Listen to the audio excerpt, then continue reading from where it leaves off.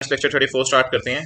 अच्छा, ये मैं इस फॉर्म में आपके सामने इसलिए प्रेजेंट कर रहा हूँ कि लेक्चर के दौरान ना एक दो जगह पे वॉइस दबी है, तो जिसकी वजह से वो एक दो स्टूडेंट्स ने फीडबैक दिया कि हमें सुनने में मसला आया है। तो वो 4 एरिया से मैंने आइडेंटिफाई किए हैं। वैसे तो वो रेपिटेशन इतनी हो जाती है लेक्चर में, आपको पता है चीज़ों की बार बार, कि वो बात वैसे भी समझ आ जाती है, लेकिन फिर भी अगर समझ नहीं आई तो कोई मसला नहीं। आपको मैं लेक्चर शुरू करने से पहले ही ये चीज़ एडवांस में बता रहा हूँ। अच्छा जी, जिस वक्त हमारा लेक्चर चल रहा होगा यार, उसमें अप्रॉक्सीमेटली 33 मिनट के करीब, ना 33 मिनट के करीब मैं एक किताब के पेज के ऊपर जाऊँगा। वो किताब का जो पेज होगा वो होगा पेज 463। पेज 463 पे ये जो पहला बुलेट है ना, पहला बुलेट, ये देखें पहला बुलेट। पहले बुलेट में ये मैं लफ्स बोलूंगा, वो शायद सुनाई ना दे। Ensure that a client or employing organisation receives a competent professional service. तो कॉम्पिटेंट प्रोफेशनल सर्विस, अगर आप किताब खोलें पेज 463, और कॉम्पिटेंट प्रोफेशनल सर्विस का मतलब लिख लें, यानी जहां आप नौकरी कर रहे हैं उनको आप एक अच्छी सर्विस दें, ये मतलब है बस सिंपल सा, कॉम्पिटेंट प्रोफेशनल सर्विस। एक और लफ्स मैं बोलूंगा, based on current technical and professional standard. इसमें भी हल्की सी शायद आवाज दबी है। तो करंट स्टैंडर्ड्स कौन से होते हैं? करंट स्टैंडर्ड्स ऑनलाइन करके अगर लिखें, जो इस वक्त आपके पास लेटेस्ट स्टैंडर्ड है, वो पुराने स्टैंडर्ड नहीं, 1990 वाले, जो लेटेस्ट स्टैंडर्ड आपके पास है, इससे मुराद करंट स्टैंडर्ड्स हैं। ये दो बातें आपने आई होप लिख ली होंगी उर्दू में इस पेज के ऊपर जो मैंने बताई। अच्छा, एक और इशू यहीं पे आएगा आपको तकरीबन वीडियो में 39 मिनट्स के करीब। मैं ये लफ्ज बोलूंगा, नीचे देखें, इनहेरेंट लिमिटेशंस ऑफ सर्विस। इसके बाद मैं आपको उर्दू में एक मिसाल लिखवाना चाहूंगा। उस मिसाल में मैंने ये लफ्ज बोला है उर्दू का, जो मैंने आपको येलो से इधर हाईलाइट किया हुआ है। ये 4 जगहों पे मसला है, ये मैंने हाईलाइट किया हुआ है, इसकी बेशक आप तस्वीर भी खींच लें। तकरीबन इतने मिनट्स में ये मसला है। सीए को किसी ने कहा कि रिकॉर्ड्स चेक कर दो। अब रिकॉर्ड्स का लफ्ज दबा है, जिसकी वजह से बच्चों को रिकॉर्ड्स का लफ्ज समझ नहीं आया। तो रिकॉर्ड्स का लफ्ज वहां मैं बोलना चाह रहा हूँ। तो आप अब कैसे याद रही है आपको ये बात लेक्चर सुनते हुए? तकरीबन 39 मिनट्स के करीब लेक्चर में मैं ये लफ्ज बोलूंगा, सीए को किसी ने कहा। तो ऑब्वियसली वो फिर आगे जो लफ्ज दबेगा वो रिकॉर्ड्स का लफ्ज होगा। हल्का सा सुनाई दिया वैसे वो। अच्छा, ये दूसरी जगह एक इशू था। आगे जी, आगे चलते हैं। आगे मोहतरम ये है कि जिस वक्त आप लेक्चर के अंदर जो है वो चल रहे होंगे, तो तकरीबन 53 मिनट्स के करीब जो है वो आपके सामने इस तरह की एक पिक्चर नजर आएगी। इस तरह की पिक्चर में मैं आपको IS40 वैसे आपको आता ही है, मैं आपको IS40 में बताऊंगा कि IS40 में लैंड और बिल्डिंग को आप या किराए पे देने के लिए रखते हैं या उसको महंगा होने के लिए रखते हैं। तो ये लफ्ज जो है शायद दब गया कि, लेकिन लिखा गया व्हाइट बोर्ड पे, किराए पे देने के लिए रखते हैं लैंड एंड बिल्डिंग को। बहरहाल ये पता है यार सर आपको IS40 में, IS40 का मकसद है लैंड एंड बिल्डिंग को किराए पे देने के लिए रखा जाता है या महंगा करने के लिए रखा जाता है। तो ये लफ्ज मैंने बोला था, ये शायद वहां पे स्किप हुआ है। हाँ, एक और बात यहाँ पे मैंने बोली है, शायद आपको पता हो कि IS40 में एक कॉस्ट मॉडल है और एक फेयर वैल्यू मॉडल है। ये आपको शायद पता हो, FR1 आपने पढ़ी हुई है। इसकी काफी रिवीजन हमने इस लेक्चर में करनी है। कॉस्ट मॉडल इधर जरा देखें, मैंने क्या कहते हैं अभी जो हाईलाइट कर रहा हूँ, कॉस्ट मॉडल में आपको पता है डेप्रिशिएट करते हैं चीजों को, फेयर वैल्यू में नहीं लेके जाते। और फेयर वैल्यू मॉडल पे आपको पता है चीजों को जो है फेयर वैल्यू पे लेके जाते हैं, डेप्रिशिएट नहीं करते। बहरहाल इसकी एक्सटेंसिव रिवीजन होनी है। और यही वाली बात जो मैंने अभी आपसे कॉस्ट और फेयर वैल्यू मॉडल वाली की है, जो आपने FR1 में माशाल्लाह पढ़ी हुई है, यही वाली बात मैं एक दफा दोबारा करूंगा लेक्चर में, इस पॉइंट के ऊपर, जिस जहां मेरा हाथ है, कॉस्ट मॉडल और फेयर वैल्यू मॉडल देखें लफ्ज लिखा हुआ है, इस पॉइंट के ऊपर लेक्चर में मैं यही वाली बात दोबारा करूंगा। और ये अप्रॉक्सीमेटली आपके लेक्चर का होगा 57 मिनट्स के करीब। तो यही वाली बात दोबारा वहां पे करूंगा, तो इसको आप एज इट इज सुन लीजिएगा। तो कि कॉस्ट मॉडल और फेयर वैल्यू मॉडल वाली बात जो भी मैंने आपसे की है, तो इट्स ओवर, ठीक है। अब आप लेक्चर नॉर्मल तरीके से सुनना शुरू करें। ये छोटा सा क्लिप ना मैं लेक्चर 37 के स्टार्ट में भी अटैच करूंगा, क्योंकि जब ये मुझे गलती पता चली तब लेक्चर 37 अपलोड होना था। अच्छा बताइए, मसला क्या है? मसला क्या है? रिजल्ट क्यों नहीं सही आता आप लोगों का? कितने लोग ICAP को ब्लेम करते हैं? जरा हाथ खड़ा करते हैं। एक भी नहीं। आप प्रोफेशनल हो गए हैं, बड़े हो गए हैं, आप आदी हो गए हैं। अच्छा, ऐसे 3 पेपर देते हैं लोग, 2 पास होते हैं, फिर इतने जज्बाती हो जाते हैं अगली दफा 4 देंगे, अगली दफा 5 देंगे, और ये अपनी तरफ से कोई लफ्ज बना लिया हुआ है क्वालिफाइंग अटेम्प्ट। ये ICAP ने कोई लफ्ज नहीं बनाया हुआ ऐसा क्वालिफाइंग अटेम्प्ट। तो अब हमारी क्वालिफाइंग अटेम्प्ट है, इसलिए हम 4 पेपर देंगे। तो एक 2 पास हुए, अब इस बार 4 देंगे। अजीब सी बातें, कोई समझ नहीं आती। जी मोहतरम, एक दफा अच्छा, एक पास है, अगली दफा 4 दे रहे हैं। अच्छा यार, ये सारा मसला इस वजह से है कि हमें एथिक्स नहीं आते। आ जाएं आप चैप्टर 7 पे, IS21 आज हम थोड़ा सा करेंगे, लेकिन उससे पहले जरा एथिक्स सीख लें थोड़े से हम। पेज नंबर 462, शायद कि तेरे हार्ट में उतर जाए मेरी टॉक। ICAP के कोड ऑफ एथिक्स या खाला जी के कोड ऑफ एथिक्स? वो कह रहे हैं पुप्पो के। ICAP code of ethics. भाई कह रहे हैं खाला पढ़ी लिखी है, व्हाट्सएप मैसेज भी कर लेती हैं। Section overview, introduction, mental principles, fundamental principles, खुशी छाई हुई है आप लोगों को। Mental principle, fundamental principle, fundamental principle. कहते हैं बात ही खत्म करो, कहते हैं गाल मुका दो बस। एथिक्स कैन बी, ये नहीं कि must, ethics can be difficult to define. कहते हैं ये डिफाइन नहीं हो सकते, ये साथ वाला गड़बड़ कर देते थोड़ी थोड़ी देर बाद, तो ये डिफाइन नहीं कर सकता मैं ethics. But it is principally concern with the human character, तुम्हारी हरकतों पर डिपेंड करता है। Ethical behaviour is more than obeying laws, ये लॉ से भी आगे की बात है, ये लॉ से भी आगे की बात है। यानी आपको पता है लॉ से आगे की बात का मतलब ये, आपको पता है कि लाल बत्ती खराब होगी फिर भी आप खड़े हैं, आपको पता है कि 10 मिनट से लाल बत्ती है, आप इसलिए खड़े हैं, आपको पता भी है खराब है, लोग गुजर रहे हैं, लेकिन आप फिर भी खड़े हैं। कहते हैं ये एथिक्स है। Ethics is more than obeying, कहते हैं ये लॉ से भी आगे निकल के बात मानने की बात होती है। Rules and regulations, it is about doing the right thing. A distinguishing mark of accountancy profession is its acceptance of responsibility to act. कहते हैं हमारे प्रोफेशन का जो सबसे बड़ा खूबी है, जो शायद बाकी प्रोफेशंस में नहीं है, is its acceptance of responsibility to act. हम रिस्पांसिबिलिटी से एक्ट करते हैं, पता नहीं क्यों कह रहे हैं। अच्छा, the accountancy profession is committed to act ethically, और हम अकाउंटेंसी प्रोफेशन वाले एथिक्स को सामने रख के अपनी जिंदगी गुजारते हैं। ये सबसे बड़ी बात है कहते हैं हमारे में। और कहते हैं जो प्रोफेशनल अकाउंटेंट हैं may face situations where values are in conflict with one another, where values are in conflict with one another. क्यों जी भाईजान? ये नेस्ले का सीएफओ है, सीएफओ है, ये सीईओ है, और ये सीएफओ के नीचे, सीएफओ मिसाल के तौर पे एफसीए है, ये इनका बॉस है। 1980 में इसने एमबीए किया था। अच्छा, सीएफओ के नीचे आगे एम्प्लॉइज हैं। जाहिर बात है सीएफओ अकेला तो नहीं अकाउंट्स बनाता होगा, डिस्क्लोजर्स बनाता होगा, एम्प्लॉइज हैं। एक एम्प्लॉय जो है वो अकाउंट्स मैनेजर है, अकाउंट्स मैनेजर। एक है असिस्टेंट अकाउंट मैनेजर, एक है असिस्टेंट अकाउंट्स मैनेजर। ये डिफरेंट पोस्ट्स हैं। ये भी एफसीए, सीए की इसको 10 साल हो गए हैं, ये अभी भी सीए करके आया है, इसको 3 साल हो गए हैं। क्यूएम में इसकी 2 अटेम्प्ट्स लगी थी। तो अब एथिक्स किसके ऊपर अप्लाई होंगे? वो एमबीए के ऊपर अप्लाई होंगे या नीचे वाले तीनों पे अप्लाई होंगे? एथिक्स इन तीनों पे अप्लाई होंगे। एथिक्स चार्टर्ड अकाउंटेंट्स पे अप्लाई होंगे या दूसरे लोगों पे अप्लाई होंगे? चार्टर्ड अकाउंटेंट्स के ऊपर अप्लाई होंगे। ओके, ये ऑर्गेनाइजेशन के अंदर नौकरी कर रहे हैं या ऑडिट करने आए हैं? नौकरी कर रहे हैं। सीएफओ सीईओ मींस ये ऑर्गेनाइजेशन के अंदर नौकरी कर रहे हैं। और अगला सवाल मेरा, अगर ये ऑर्गेनाइजेशन के अंदर नौकरी कर रहे हैं तो क्या ये नौकरी करते हुए कुछ एथिक्स को फॉलो करना इनके जिम्मे होगा? बिल्कुल इनके जिम्मे होगा। अब मिसाल के तौर पे फर्ज कर लें इसके दिमाग में खन्नास घुसा हुआ है। क्या घुसा हुआ है? कीड़ा घुसा हुआ है इसके दिमाग में। अब ये 2 नंबरी करना चाहता है, अब ये 2 नंबरी करना चाहता है क्योंकि इसके बॉस ने इसको कहे तू भी मेरे जैसा 2 नंबर बन जा। तो इसने इसको बुला के कान में कहा कि तुम इंपेयरमेंट लॉस की जर्नल एंट्री ना करो, तुम इंपेयरमेंट लॉस की जर्नल एंट्री। आप बता दें जो बॉस की तरफ से हुक्म आया है, यानी अब इसका बॉस तो ये है ना, तो जो इसको अपने बॉस की तरफ से हुक्म आया है उसके मुताबिक इसने क्या करना है? इंपेयरमेंट लॉस की जनरल एंट्री। हालांकि वो एसेट ऐसा है जो इंपेयर हो चुका है, लेकिन बॉस कह रहा है कि इंपेयरमेंट लॉस की जनरल एंट्री ना करो। अब इसने इसको कहा है अगर तू इंपेयरमेंट लॉस की जनरल एंट्री नहीं करता तो मैं तेरी तनख्वाह 30,000 से बढ़ा दूंगा, तेरी तनख्वाह 30,000 से बढ़ा दूंगा। अब बताएं ये लाइन आपको समझ आ रही है? प्रोफेशनल अकाउंटेंट, क्या ये प्रोफेशनल अकाउंटेंट है? एफसी है। प्रोफेशनल अकाउंटेंट्स, मैं नोट करने का टाइम देता हूं सबर। प्रोफेशनल अकाउंटेंट में फेस अ सिचुएशन, ये किस में फंस गया? एक सिचुएशन में, मुश्किल में फंस गया, where values are in conflict with one and other. Values are in conflict with one and other due to responsibilities towards employers. Responsibilities towards employers. Values क्या है? वैल्यूज हमें यह सिखाती हैं बॉस की बात मानो, वैल्यूज हमें यह भी सिखाती हैं इंटरनेशनल अकाउंटिंग स्टैंडर्ड मानो।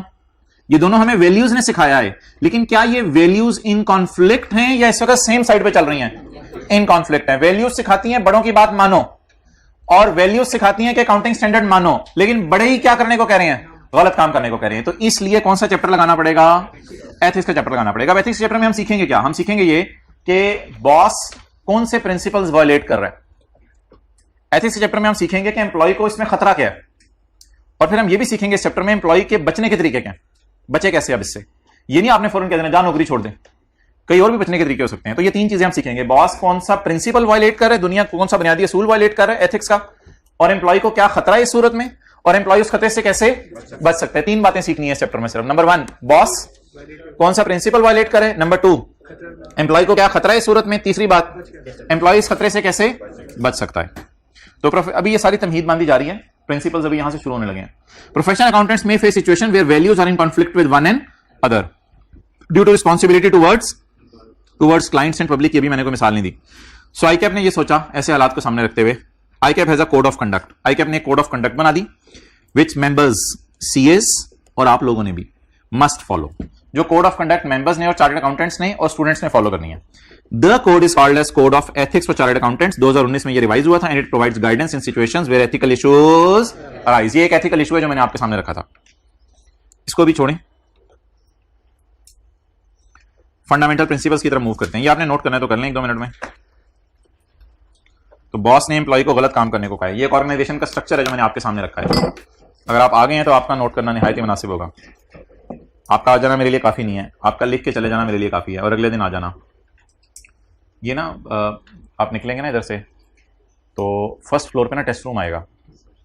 कोई एक सवाल होगा IFRS 16 का टेस्ट में और एक IAS 41 का। भाई कहने मैं दे आया हूँ। तो ये 2 सवाल होंगे। ये यहाँ से फर्स्ट फ्लोर पे जाते हुए ना नमाज पढ़ के या नमाज से पहले ये जरा देते जाइएगा टेस्ट।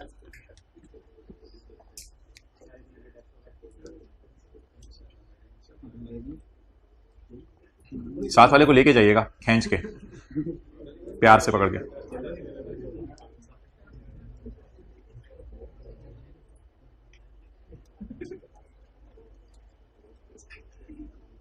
पूरा हाथी निकल गया ना, या धूम रहेगी इंशाल्लाह। पूरा हाथी निकल गया माशाल्लाह। ओके, जल्दी जल्दी जल्दी। वो हजरात जो लाहौर से ताल्लुक रखते हैं या लाहौर के गिरदोनवाज से ताल्लुक रखते हैं 50 से 100 किलोमीटर की रेंज में, और कल तशरीफ नहीं लाए थे, 1 2 3 4 5, क्या चीज आपको मजबूर किया? किस चीज ने आपको छुट्टी करने में मजबूर किया? लाहौर में होते हुए भी लाहौर में नहीं थे। कहते हैं ये एक एहसास है। अच्छा जी, लेट हो गए थे जी मोहतरम। दिल को समझा लें यार, घर वालों को बता दें मैं इंशाल्लाह सितंबर में आऊंगा। जो भी आउट सेशन वाले हैं ना, सितंबर में आऊंगा। बड़ी ईद में अगर मिलने आना हो आप हजरात तशरीफ लेगा बकरा लेके तो मैं इंशाल्लाह जो है वो पे आऊंगा, या फिर कलेजी मुझे भेज दीजिएगा, ज्यादा वरान भेज दीजिएगा, ठीक है, धुंधा होना चाहिए। अच्छा, तो वैसे भी हम एथिक्स सीख रहे हैं, ऐसी बातें तो कल से हम नहीं करेंगे ना, आज ही कर लें। तो ICAP code of ethics expresses its guidance on 5 mental principles. 5 fundamental principles हैं जो कि लोगों के अंदर होने चाहिए। देखिए, लोग रिश्ता देखने जाते हैं तो भी यही चीजें देखते हैं। तो चार्टर्ड वापस आ जाएं, चार्टर्ड अकाउंटेंट के अंदर भी यही चीजें होनी चाहिए। कौन कौन सी चीजें? इंटेग्रिटी होनी चाहिए, उसमें न्यूट्रल होना चाहिए। न्यूट्रल तो आजकल सुन रहे होंगे आप, न्यूट्रल होना चाहिए। और क्या होना चाहिए? प्रोफेशनली कंपिटेंट होना चाहिए, घर संभाल सके। अच्छा, प्रोफेशनली कंपिटेंट होना चाहिए। कॉन्फिडेंशियलिटी का क्या मतलब है? जो से बातें तय की हैं बहुत छुपा छुपा के रखे, बता के रखे, छुपा छुपा के जेब में रखे। और प्रोफेशनली बिहेव करना चाहिए। प्रोफेशनली बिहेव, ये नहीं कि आ खाना ठोंस ले, आए मोहतरम बैठे खाना खाएं, तशरीफ रखें, बिस्किट बस चाय में ना गिरने दीजिएगा, बैठे बैठे। इंटेग्रिटी ये याद करनी है, ये स्टैंडर्ड में अवेलेबल नहीं है।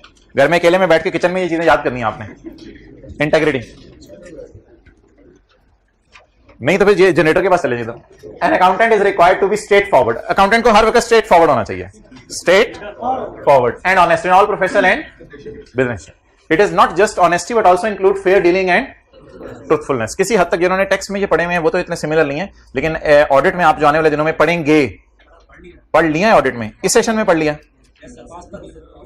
ऑडिट में सेशन में कितने लोगों ने ये पढ़ लिए हैं? नहीं पढ़े, पढ़ लेंगे। तो किसी हद तक उससे सिमिलर है, लेकिन इनको आपने याद करना है। तो an accountant is required to be straightforward and honest in all professional business relations. आप फिलहाल अपने जहन में लाएं CFO he should be straightforward and honest in all professional and business relations. It is not just honesty but also include fair dealing and truthfulness. A CA should not जानते बूझते हुए associate himself with the reports, returns, communication where the information contains a materially false or misleading statement. अच्छा जी, पहले तो इन तीनों में फर्क बता दें, reports, returns and communications. Report मिसाल के तौर पे एनुअल रिपोर्ट, जिसे आप अकाउंट्स भी कहते हैं। रिटर्न मिसाल के तौर पे इनकम टैक्स की रिटर्न। कम्युनिकेशन मिसाल के तौर पे ईमेल्स। अच्छा, अब आप जरा सोच के बताएं कि आप एक जगह पे नौकरी कर रहे हैं और आपको यह कहा गया है कि मोहतरम आपके ईमेल एड्रेस से एक ईमेल जानी है जिसमें लिखा होगा कि लाहौर डिवीजन की सेल 4 मिलियन है, लेकिन आपको पता है कि इस 4 मिलियन में 1 मिलियन की सेल शेखुपुरा की डाली गई है ताकि लाहौर की सेल को बढ़ा के शो किया जाए। तो ये ईमेल आपसे करवाई जा रही है, तो क्या आप अपने आप को ऐसी कम्युनिकेशन से एसोसिएट करना बीइंग अ चार्टर्ड अकाउंटेंट पसंद करेंगे? पसंद करेंगे? नहीं करेंगे? नहीं करेंगे। आ सीए शुड नॉट जानते बूझते हुए associate himself with the communication where the information contains a materially false or misleading statement, or where information contains information furnished recklessly. Recklessly क्या? मिसाल के तौर पे आपको कहा कि मोहतरम आप ऐसा करें, आप हमें बता दें कि इस साल कराची के अंदर कितनी एडवर्टाइजमेंट हुई। अब आपने 1 घंटे आपको दिया गया, घंटा के घंटे के अंदर बता दो कराची में कितनी एडवर्टाइजमेंट हुई। अब आप अकाउंट से रिकॉर्ड से ढूंढ रहे हैं जल्दी जल्दी जल्दी जल्दी, आपको सही तरह इंफॉर्मेशन नहीं मिल सकी, लेकिन 1 घंटे के टारगेट को आपने जो है वो 1 घंटे में ही मीट करना था, हालांकि वो काम 2-3 घंटे का था। अब आप काम आसानी से करेंगे या रेकलेसली करेंगे? तो रेकलेसली अगर काम हो रहा हो तो आप इनकार कर दें, आप कहें आई will not associate my self knowingly with this information. मैं जानते बूझते हुए अपने आप को इस इंफॉर्मेशन से एसोसिएट नहीं कर सकता, क्योंकि इन द एंड मेरी बदनामी होनी है। तुम्हारा तो नाम वैसे ही बद हो चुका है, मेरा भी नाम बद हो जाना है। And number 3, omits information where such omission would be misleading. तो इसकी मिसाल लिख लें, वैल्यूअर का नाम स्किप करना, वैल्यूअर का नाम स्किप करना। अच्छा, अब नेस्ले वाले हैं, वैल्यूअर का नाम स्किप करना। नेस्ले के डायरेक्टर्स ने ऐसे प्रॉपर्टी डीलर से अपने लैंड की कीमत लगवाई जो प्रॉपर्टी डीलर नेस्ले के डायरेक्टर्स का भाई है। तो अब आप बताएं क्या जानने वाले से वैल्यू लगवाई? और अगर आपको पता है आईएएस 16, आपने FR1 पढ़ा हुआ है, आईएएस 16 के अंदर लिखा होता है कि वैल्यूअर का नाम बताने किससे वैल्यू लगवाई है। तो अगर आप वैल्यूअर का नाम बता देंगे तो लोगों को क्या पता चल जाएगा? अपने घर में किसी जानने वाले से वैल्यू लगवा लिया। तो जब अपने जानने वाले से वैल्यू लगवा लिया तो ये जब आप बताएंगे लोगों को तो लोग इस पर एतराज करेंगे कि ये वैल्यू तो फिर सही नहीं है। तो मुझे बता दें, क्या ओमिशन यानी इंफॉर्मेशन को ओमिट कर देना भी मिसलीडिंग होता है या गलत करना सिर्फ मिसलीडिंग होता है? ओमिट कर देना भी इंफॉर्मेशन को क्या होता है? मिसलीडिंग होता है। इसी तरह IFRS 16 के डिस्क्लोजर हैं, IAS 41 के डिस्क्लोजर हमने पढ़े हैं, इतने सारे डिस्क्लोजर हैं। उन डिस्क्लोजर्स में से आप कुछ डिस्क्लोजर्स मिस कर दें। मिसाल के तौर पे कोई बायोलॉजिकल एसेट्स हैं, भैंसें, आपने उनको लोन लेके सिक्योरिटी के तौर पे रखवाया हुआ है, तो अब आप ये बताइए ना यूजर को, तो ये ना बताना भी क्या हो जाएगा? मिसलीडिंग। तो कोई भी डिस्क्लोजर जानते बूझते हुए ओमिट कर देना, दैट इज ऑल्सो मिसलीडिंग। तो आपने 3 काम नहीं करने। नंबर 1, अपने आपको फॉल्स इंफॉर्मेशन से एसोसिएट नहीं करना, अपने आपको रेकलेसली प्रिपेयर्ड इंफॉर्मेशन से एसोसिएट नहीं करना, और नंबर 3, अपने आपको ऐसी इंफॉर्मेशन से एसोसिएट नहीं करना जिस इंफॉर्मेशन को ओमिट कर दिया गया। And when a chartered accountant becomes aware of having been associated with misleading or false information, the accountant shall take steps to be disassociated with that information. फिर आप कोशिश करें मैं इससे अपने आप को लागू जाऊं। आपके भैया ये ईमेल मेरे ईमेल एड्रेस से नहीं जाएगी, इसमें मैं नहीं कर सकता, लेकिन बहरहाल इसके बड़े लंबे तरीके हैं, वो नीचे आने वाले सफों में हम देखेंगे कि बचने के क्या तरीके हैं। लेकिन एक काम जरूर कर दें, आप सबसे पहले इनकार कर दें, स्टेप्स ले लें कि मैं इस इंफॉर्मेशन से अपने आप को क्या करना चाहता हूं? डिसएसोसिएट करना चाहता हूं। अब ना 3 पॉइंट्स याद कर लें, क्या क्या है? फॉल्स स्टेटमेंट से अपने आप को एसोसिएट नहीं करना, फर्निश्ड रेकलेसली से अपने आप को एसोसिएट नहीं करना, और तीसरा ओमिशन से अपने आप को एसोसिएट नहीं करना। जहां ओमिशन क्या हो? मिसलीडिंग हो। चलें, अब अगर 2-3 मिनट आप फोकस करके देंगे तो ये इधर याद हो जाएगा। A CA is required to be straightforward, बोले A CA is required to be straightforward and honest in all professional and business relations. It is just not honesty but also include truthfulness. A CA should not associate himself with the information, reports, returns, communication where the information is false, where the information is furnished, or where the information is omitted when the omission is misleading. And when a chartered accountant becomes aware of it, he should himself disassociate with it. तो इस 2 लाइनों को तो आप आसान करके जरा छोटा करके भी लिख लेंगे, पेपर में चलेगा। ओवरऑल अल्फाज कोशिश करें इसी तरह याद रहे आपको। Okay, objectivity.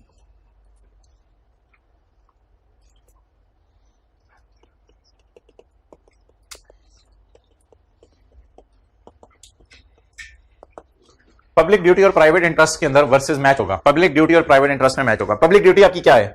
पब्लिक ड्यूटी आपकी ये है कि आपने जो है वो लाल इशारे पे रुकना है, और प्राइवेट इंटरेस्ट क्या है? क्लास लेट हो रही है। डन? तो आप तोड़ निकल आएंगे।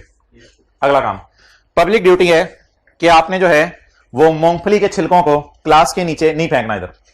ये पब्लिक ड्यूटी आपकी, या आपने रैपर को जो है वो नीचे नहीं फेंकना अपने डेस्क के। लेकिन प्राइवेट इंटरेस्ट क्या है, अब अपने बैग में डालूं, छोड़ो परे। अच्छा, इसी तरह हजारों मिसालें दी जा सकती हैं पब्लिक ड्यूटी की और प्राइवेट इंटरेस्ट की। तो क्या पब्लिक ड्यूटी और प्राइवेट इंटरेस्ट में मैच आता है, यानी मुकाबला आता है या नहीं आता? आता है मुकाबला। इसमें आपने न्यूट्रल रह के चलना है, यानी आपने प्राइवेट इंटरेस्ट को इग्नोर करना है और किसको फॉलो करना है?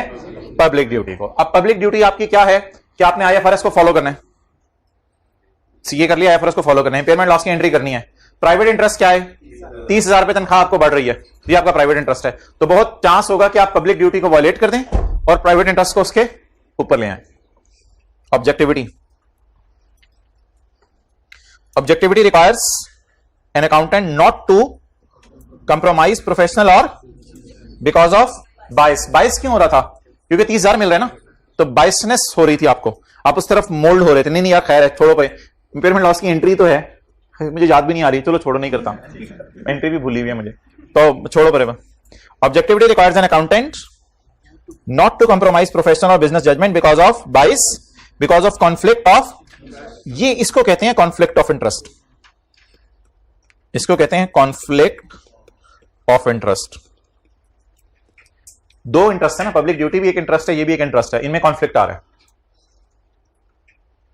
ज़्यारत तो नहीं करने आए हुए आप लोग, इसकी नोट कर रहे हैं, मुझे लग रहा है कुछ बच्चे ज़्यारत करने आए हुए हैं, यानी कि संडे को धचका लगा भी, उसके बावजूद कुछ को लगा शुक्र है नहीं लगा, और आइंदा किसी को भी नहीं लगेगा। धचका लगने के बावजूद भी सीधे नहीं हो रहे। ओहो, ओवरऑल ओके? ये आपके साथ वाले लाहौर के नहीं है?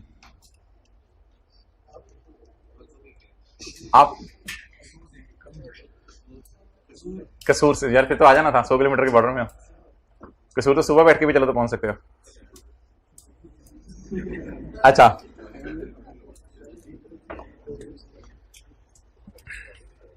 और undue influence of others. Undue influence of others क्या हो सकता है? हाँ, बॉस के कहने पे अनड्यू इन्फ्लुएंस ऑफ अदर्स। तो अनड्यू इन्फ्लुएंस से भी आप न्यूट्रल नहीं रह पाते, अनड्यू इन्फ्लुएंस से भी आप न्यूट्रल नहीं रह पाते। अनड्यू इन्फ्लुएंस क्या होता है? मिसाल के तौर पे ऐसी मिसाल दे रहा हूं, कोई टीचर जा रहे थे इशारे पे, तो आपने देख लिया कि टीचर ने ही अगले की मोटरसाइकिल में गाड़ी मारी है, और आपको पता है कि मेरे टीचर ने गाड़ी मारी है।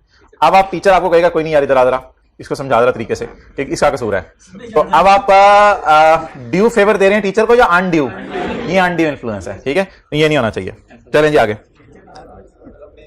चार्टर्ड अकाउंटेंट, और इस सूरत में जरा एक अपने आप को रख के सोचें, ना चाहते हुए भी शायद आप फेवर कर दें, ये असल में साइकी है मैन की, तो ये मैं समझाना चाह रहा हूं, ना चाहते हुए भी आप शायद टीचर की फेवर कर दें, हालांकि आपको करनी नहीं चाहिए। तो ये स्टैंडर्ड समझाना चाह रहे हैं कि अनड्यू इन्फ्लुएंस आप जिंदगी में ले लेते हो ना चाहते हुए भी।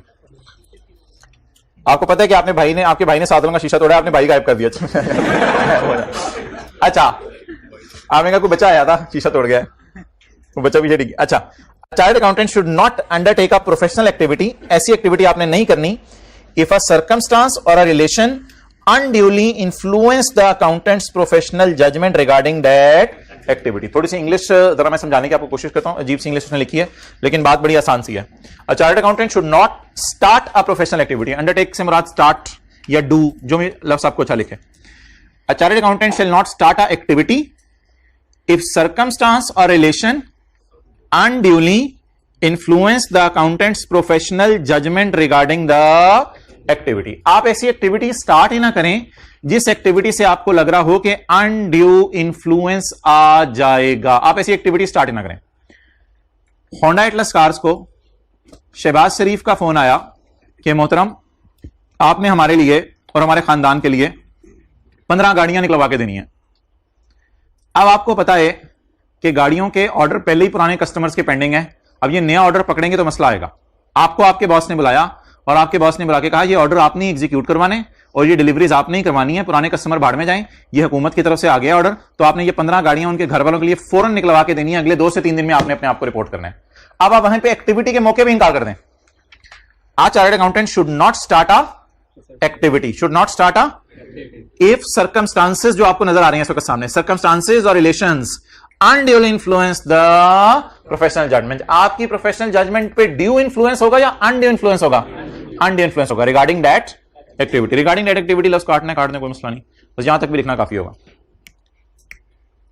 तो लिखें ऐसी एक्टिविटी स्टार्ट नहीं करनी जिससे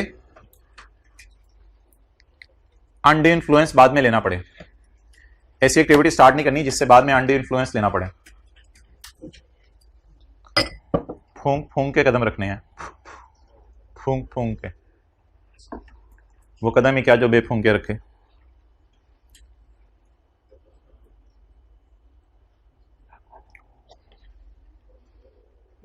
अच्छा,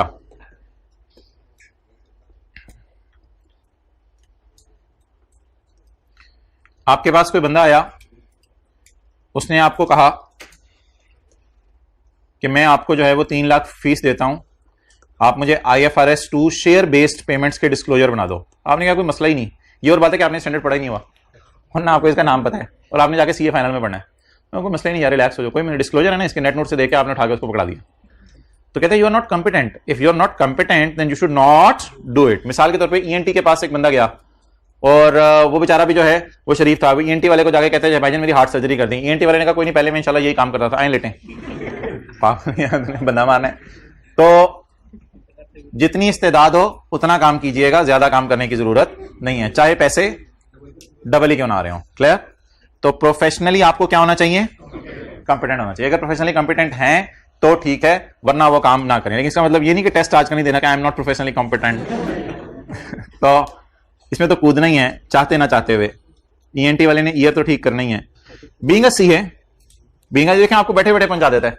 being a CA requires learning over मरते दम तक। कहते हैं CA के बाद आप ये ना सोचना CA करने के बाद पढ़ाई खत्म हो जानी है। CA करने के बाद भी स्टैंडर्ड आते रहेंगे, क्योंकि जब हमने CA किया था IFRS 16 नहीं था, जब हमने CA किया था IFRS 15 नहीं था, लेकिन वो पढ़ाना पड़ा, पढ़े तो पढ़ाएगा फिर। तो कहते हैं CA करने के बाद याद रखना लर्निंग आपके साथ जुड़ जाएगी, तो CA करने के बाद भी आपको पढ़ना पड़ेगा। Being a CA requires learning over entire working life. हाँ, जब आप वर्किंग खत्म कर लें, बूढ़े हो जाएं, बेड रेस्ट पे चले जाएं, आप टांगे कबर में चली जाएं, तो फिर आप ठीक है, आप पढ़ना छोड़ दें, आप छोड़े पड़े। IS 2 की क्या टेंशन है, लोअर ऑफ कॉस्ट करें, NRV करें, जो मर्जी करें, लोग आगे बाद में जाएगा। द प्रिंसिपल रिक्वायर्स, प्रिंसिपल साहब और vice principal, principle requires an accountant to attain and maintain. Attain and maintain में क्या होता है? अटेन एंड मेंटेन में क्या होता है? इस्त्री किए हुए कपड़े तो पहनने बड़ी आसान है, उसकी इस्त्री बरकरार रखना बड़ा मुश्किल है। तो इसी तरह नॉलेज ले लेना तो बड़ा आसान है, लेकिन BRS बनाना, याद रखना वो बड़ा मुश्किल है। पता ही नहीं अनप्रेजेंटेड को ऐड करते हैं, लेस करते हैं, भूल गई में BRS की बातें। तो कहते हैं अटेन भी करनी है चीजें और अटेन करके बाद में मेंटेन भी करनी है। तो बोलते नहीं attain maintain, attain maintain, attain maintain. घर में भी बोलना है, अम्मी मैं अटेन भी करूंगा, अम्मी मैं मेंटेन भी करूंगा, अम्मी मैं अटेन भी करूंगा, अबू मैं मेंटेन भी करूंगा। अटेन मेंटेन 2 काम करने हैं CA के करने के बाद। क्या करने हैं? अटेन भी करना है, मेंटेन भी करना है। Attain and maintain knowledge and skill at a level required to ensure that client or employing organization, client तो जिसके लिए आप ऑडिट वगैरह कर रहे हैं वो होगा ना, असल में एम्प्लॉइंग ऑर्गेनाइजेशन ज्यादा इंपॉर्टेंट लफ्ज़ है। Employing organisation Nestle, so that client or employing organisation receives and technical and professional का क्या मतलब है? हाँ, इस वक्त के जो स्टैंडर्ड्स हैं, ऐसा ना हो कि कोई बहुत ही पुराना स्टैंडर्ड आपने याद किया हो जो बातें उसमें ऑब्सोलीट हो गई हो। आपने स्टैंडर्ड्स में जो चेंजेस आएंगे उनसे अपने आप को क्या रखना है और रेलेवेंट लॉ से भी अपडेट रखना है। Act diligently, carefully, diligently carefully, act carefully and in accordance with applicable technical and professional standards. Competence attain करने की बात होने लगी है मेंटेन करने की। मेंटेन करने की, अटेन करने की, मेंटेन करने की। Training professional competence requires a, ठीक रखें, ओह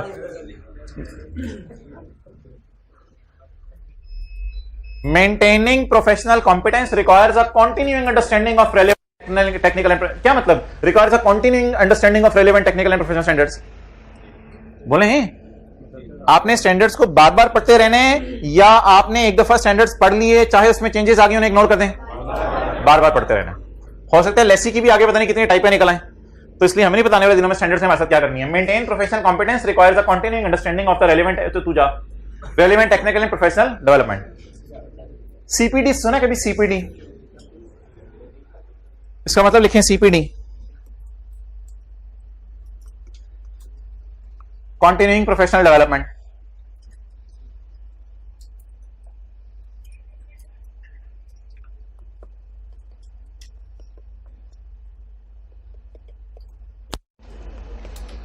अगर CA करने के बाद कोई बंदा अपने नाम के साथ ACA या FCA लगवाना चाहता है और पापड़ वाला नहीं लगवाना चाहता, तो अबू बकर उधर स्मूथली चल रहा है काम, वेल डन।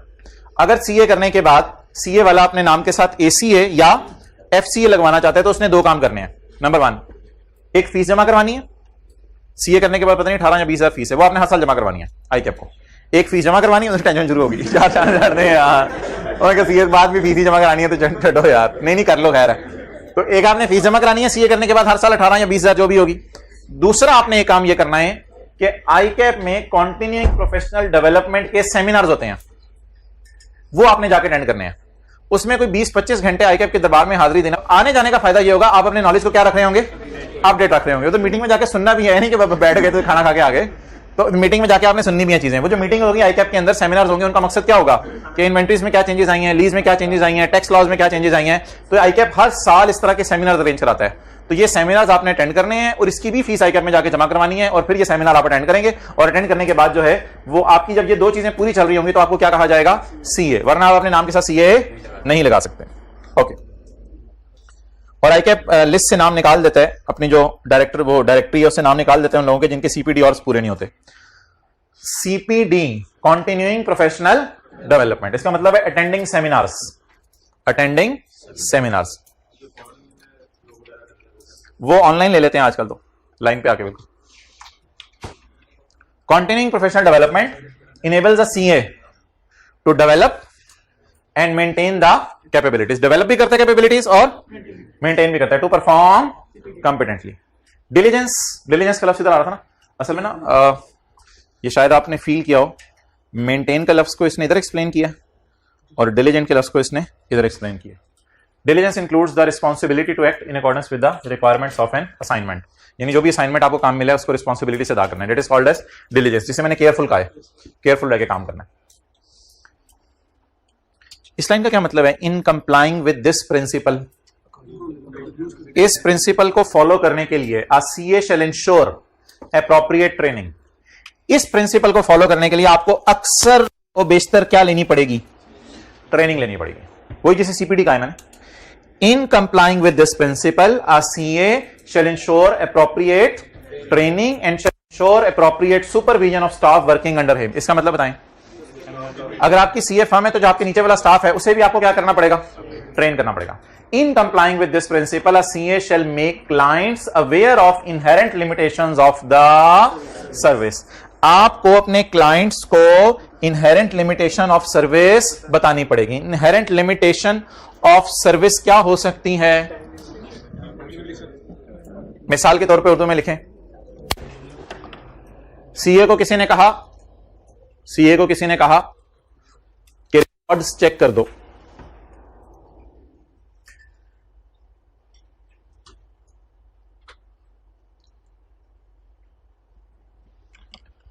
तो सीए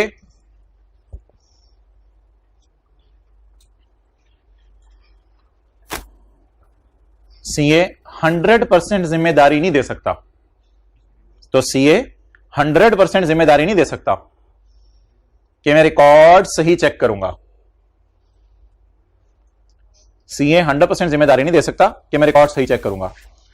जिन्होंने ऑडिट पढ़ा हुआ है, यानी एब्सोल्यूट एश्योरेंस नहीं होगी, रीजनेबल एश्योरेंस होगी, रीजनेबल एश्योरेंस होगी। यानी आप एक हद तक ही अगले को कह सकते हैं, आप जिस हद तक पॉसिबल हो, आप कहेंगे यार इतना ज्यादा काम, अब जाहिर बात है आपने साल में पूरा काम किया है, मैं आपकी एक एक फिगर तो वेरीफाई नहीं कर सकता, एक फिर ये टेस्ट तो नहीं है कि मैं किसी का चेक कर दूं, ये साल के किए हुए काम को महीने 2 के अंदर चेक करना है, क्योंकि फिर अगले साल का काम भी आ जाएगा आपका, तो इसलिए 1-2 महीने में आप पे लगा सकता हूं, उसमें मैं रीजनेबल हद तक कोशिश करूंगा।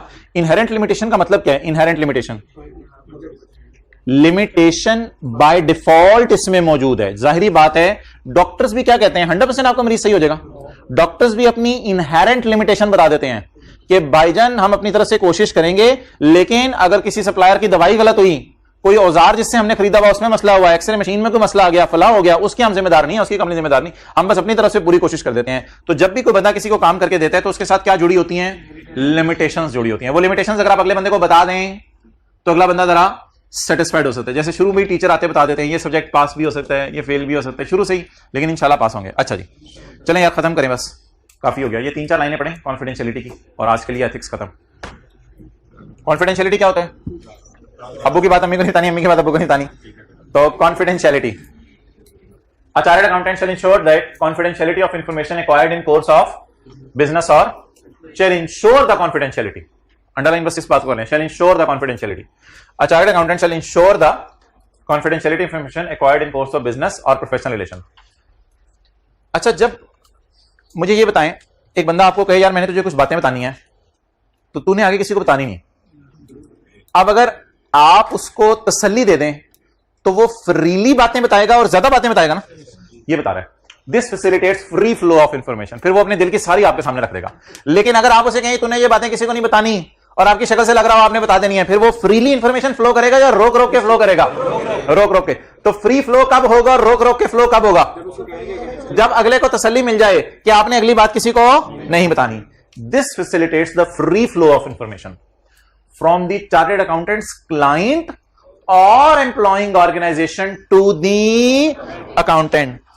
कौन किसको फ्रीली इंफॉर्मेशन देगा? नेस्ले के डायरेक्टर्स को अगर तसल्ली हो जाए कि चार्टर्ड अकाउंटेंट जो हमारा सीएफओ है या चार्टर्ड अकाउंटेंट जो हमारा अकाउंट्स मैनेजर है, अगर हम इसको बताएंगे तो ये आगे नहीं बताएगा, तो मेरे ख्याल से फिर ये लोग फील करेंगे कि फ्रीली इंफॉर्मेशन को क्या करें?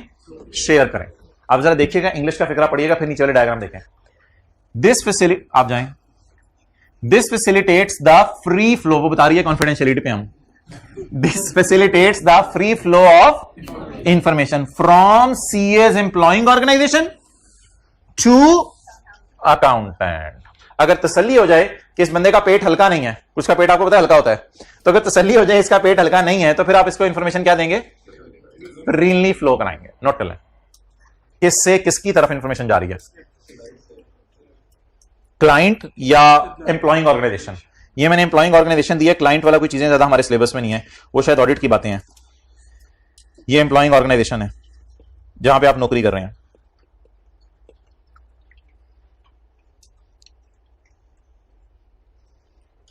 अच्छा, कहते हैं रिश्ता टूट जाने के बाद भी आपने ये बातें नहीं बतानी।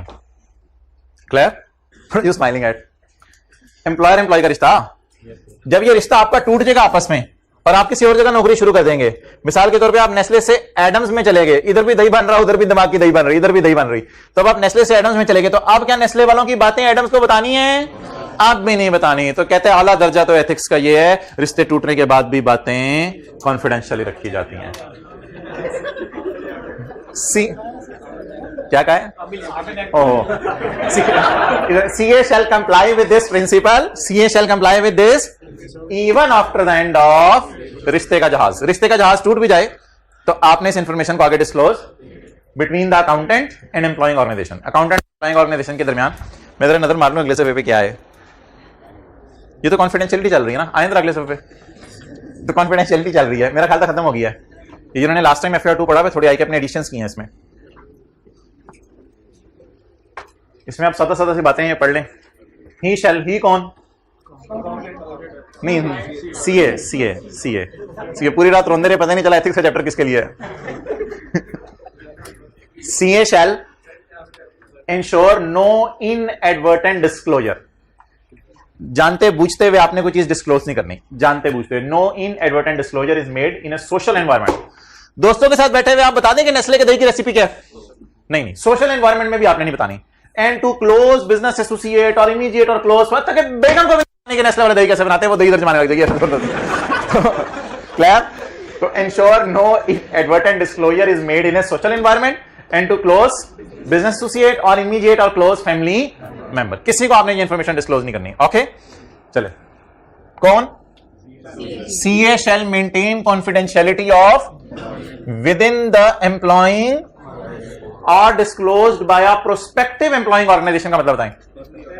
एक तो नेस्ले वाली इंफॉर्मेशन कॉन्फिडेंशियल रख रहे हैं, नहीं ये पहले वाली नहीं होती भाईजान, ये फ्यूचर वाली होती है। अंग्रेजियां सही कराओ अपनी, ये प्रोस्पेक्टिव पास्ट नहीं होती, प्रोस्पेक्टिव फ्यूचर होती है। तो आपने नेस्ले वालों की बातें भी किसी को नहीं बतानी, और एडम्स वालों ने अगर आपको बातें एडवांस में बता दी, अभी आपने नौकरी शुरू नहीं कराई, तो वो वाली बातें भी आपने आगे नेस्ले वालों को नहीं बतानी। क्लियर? कौन? CA shall not disclose confidential information outside employing। और ये बात तो वही कवर होगी, सोशल एनवायरनमेंट टाइप भी वही चीज थी। तो ये आउटसाइड एम्प्लॉइंग ऑर्गेनाइजेशन, आपने यानी नेस्ले से बाहर निकल के भी कहीं ये इंफॉर्मेशन नहीं बतानी। पता चले आप जहाज में बैठे हो, जहाज बन जाए और जहाज में कोई बंदा मिले, आप उसको इंफॉर्मेशन दे रहे हो, तो किसी को भी आपने नहीं इंफॉर्मेशन बतानी। CA shall, अच्छा आपने खुद भी नहीं दही बनाने की फैक्ट्री खोल लेनी, उधर से फॉर्मूला पकड़ के। CA should not use information for the personal advantage or for the advantage of a third party, दोस्त वगैरह, दोस्तों को भी इंफॉर्मेशन नहीं बतानी, इवन आफ्टर द टूटना ऑफ रिश्ता। A CA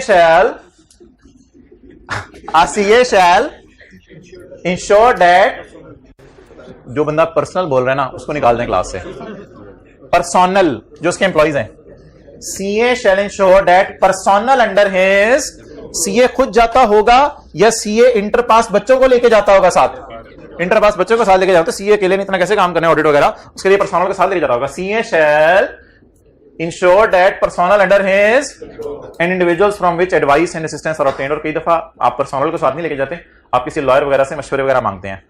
Ensure that personnel under his control respect the accountant's duty of confidentiality, तो ना सिर्फ आपने कॉन्फिडेंशियलिटी का ध्यान रखना है बल्कि आपने जो नीचे अपने टीम वाले बंदे हैं उनको भी क्या हुक्म देना है कि जैसे मैं कॉन्फिडेंशियलिटी का ध्यान रखता हूं वैसे आप भी कॉन्फिडेंशियलिटी का ध्यान रखें, और किसी भी बंदे ने जो है वो जाके दही की फैक्ट्री खोलने की कोशिश की तो मेरी तरफ से वो बाहर है।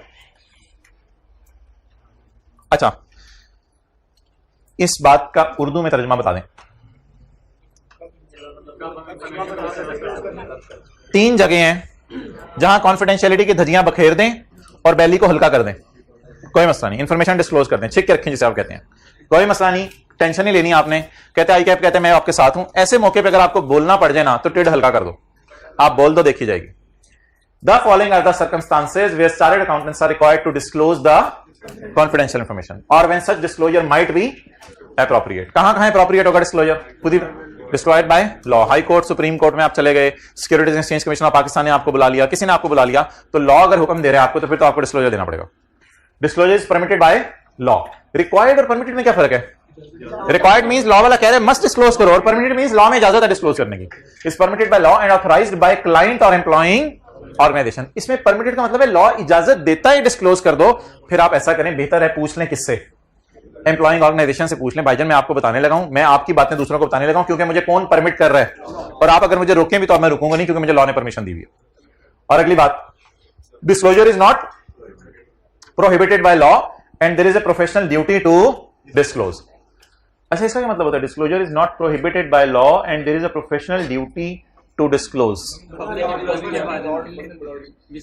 लॉ आपने पढ़ा, लॉ में लिखा नहीं हुआ था कि डिस्क्लोज करो या ना करो। Disclosure is not prohibited by law, law ने मना नहीं किया हुआ डिस्क्लोज करना, लेकिन लॉ ने लिखा भी नहीं हुआ कहीं डिस्क्लोज कर दो ये बात। अब ये ओपन है, बात जजमेंटल सी है। इसमें अगर आपको महसूस हो कि आपकी प्रोफेशनल ड्यूटी बनती है कि मैं अगलों को सच बता दूं वरना बहुत बड़े बड़े लोगों के नुकसान हो जाने हैं, शुगर मिलों के केस आए थे और पता नहीं कौन कौन से केस आए थे, तो आपको पता था लॉ ने इसमें कुछ नहीं कहा मुझे, लेकिन आप किसी फर्म में किसी शुगर मिल के अंदर अकाउंटेंट है और आपको पता है कि मेरे पास कुछ ऐसी इंफॉर्मेशन है कि शुगर का स्टॉक पड़ा हुआ है और उसकी वजह से मुल्क में चीनी की प्राइसेस कम हो सकती हैं, तो आप अपनी प्रोफेशनल ड्यूटी यहां निभाएं, फिर नौकरी जाती है जाए, आप अपनी प्रोफेशनल ड्यूटी निभाते हुए क्या करते हैं, इस इंफॉर्मेशन को डिस्क्लोज करते हैं। और अगर आपसे कोई पूछे इंफॉर्मेशन आपने क्यों डिस्क्लोज की, आप उसको जवाब दें it is not prohibited by law, law ने मना नहीं किया था, इसलिए मैंने ग्रे एरिया को यूज करते हुए, यानी मुझे जजमेंटल था थोड़ा सा, इसलिए मैंने देखा देखी जाएगी और मैं अपनी ड्यूटी समझ के लोगों के इंटरेस्ट के लिए ये इंफॉर्मेशन को क्या कर दूं, डिस्क्लोज कर दूं। अब 3 बातें अलग अलग है। पहले लॉ ने कहा है डिस्क्लोज करो, फिर तो किसी से पूछने की जरूरत नहीं, और डिस्क्लोज करें। लॉ ने इजाजत दी है डिस्क्लोज करने की, इसमें थोड़ी सी एक फॉर्मेलिटी है, अपने एम्प्लॉयर से इजाजत ले लें। आखिरी बात, बोले आखिरी बात, लॉ ने ना कहा है डिस्क्लोज करो, ना मना किया डिस्क्लोज करो, लेकिन आपको लग रहा है कि मेरी प्रोफेशनल ड्यूटी है, मैं इस मौके पे क्या कर दूं, तो ऐसी सूरत में आप डिस्क्लोज कर दें। चलें जी, IAS 21 की तरफ वापस आते हैं। जिन हजरात ने कल वाला लेक्चर नहीं लिया फिजिकल वालों ने, वो कल वाला लेक्चर ले लीजिएगा। अभी जो मैं बातें करूंगा को खास उनका कल वाली बातों से ज्यादा ताल्लुक नहीं है। IAS 21 मैं बाद में शुरू करता हूं। IAS 40 का जरा मुझे स्कोप बता दें क्या था। FAR 1 IAS 40 का नाम, IAS 40 जरा रिवाइज कर लेते हैं। इन्वेस्टमेंट प्रॉपर्टी, स्कोप क्या था? लैंड बिल्डिंग, नहीं प्लीज, गाड़ी मशीनरी भी था, नहीं लैंड और बिल्डिंग था इसमें। अच्छा, और या एंड, शायद आपको याद हो दोनों के दरमियान और था, लैंड या बिल्डिंग। मकसद क्या था? आपने लैंड एंड बिल्डिंग्स इसको महंगा करके बेचना हो, कैपिटल एंड और यानी दोनों भी हो सकते हैं ना, फिर और में तो दोनों भी हो सकते हैं। तो अगर कोई बंदा लैंड खरीदे या बिल्डिंग खरीदे और मकसद क्या हो, किराए पे देना या महंगी करके बेचना। तो ये किस स्टैंडर्ड में फॉल करेगा, इन्वेस्टमेंट। और फिर सबसे बड़ी बात क्या हो जाएगी, ये डेप्रीशिएट नहीं करेगा। इसके पास एक ऑप्शन अवेलेबल है, अगर ये फेयर वैल्यू मॉडल की तरफ चला जाता है और इन चीजों को किस पे रखना चाहता है, और अगर कॉस्ट मॉडल पे रखना चाहता है इनको, तो फिर ये डेप्रीशिएट करेगा। क्लियर हो गया। तो अब IAS 40 आपको जरा भूला होगा, इसकी थोड़ी सी रिवीजन करते हैं, एक छोटा मोटा सवाल कर लेते हैं। हैंड रिटन पेजेस हैं बुक के एंड पे, निकालिएगा, ढूंढने जरा बुक के एंड पे एक ही सफा है।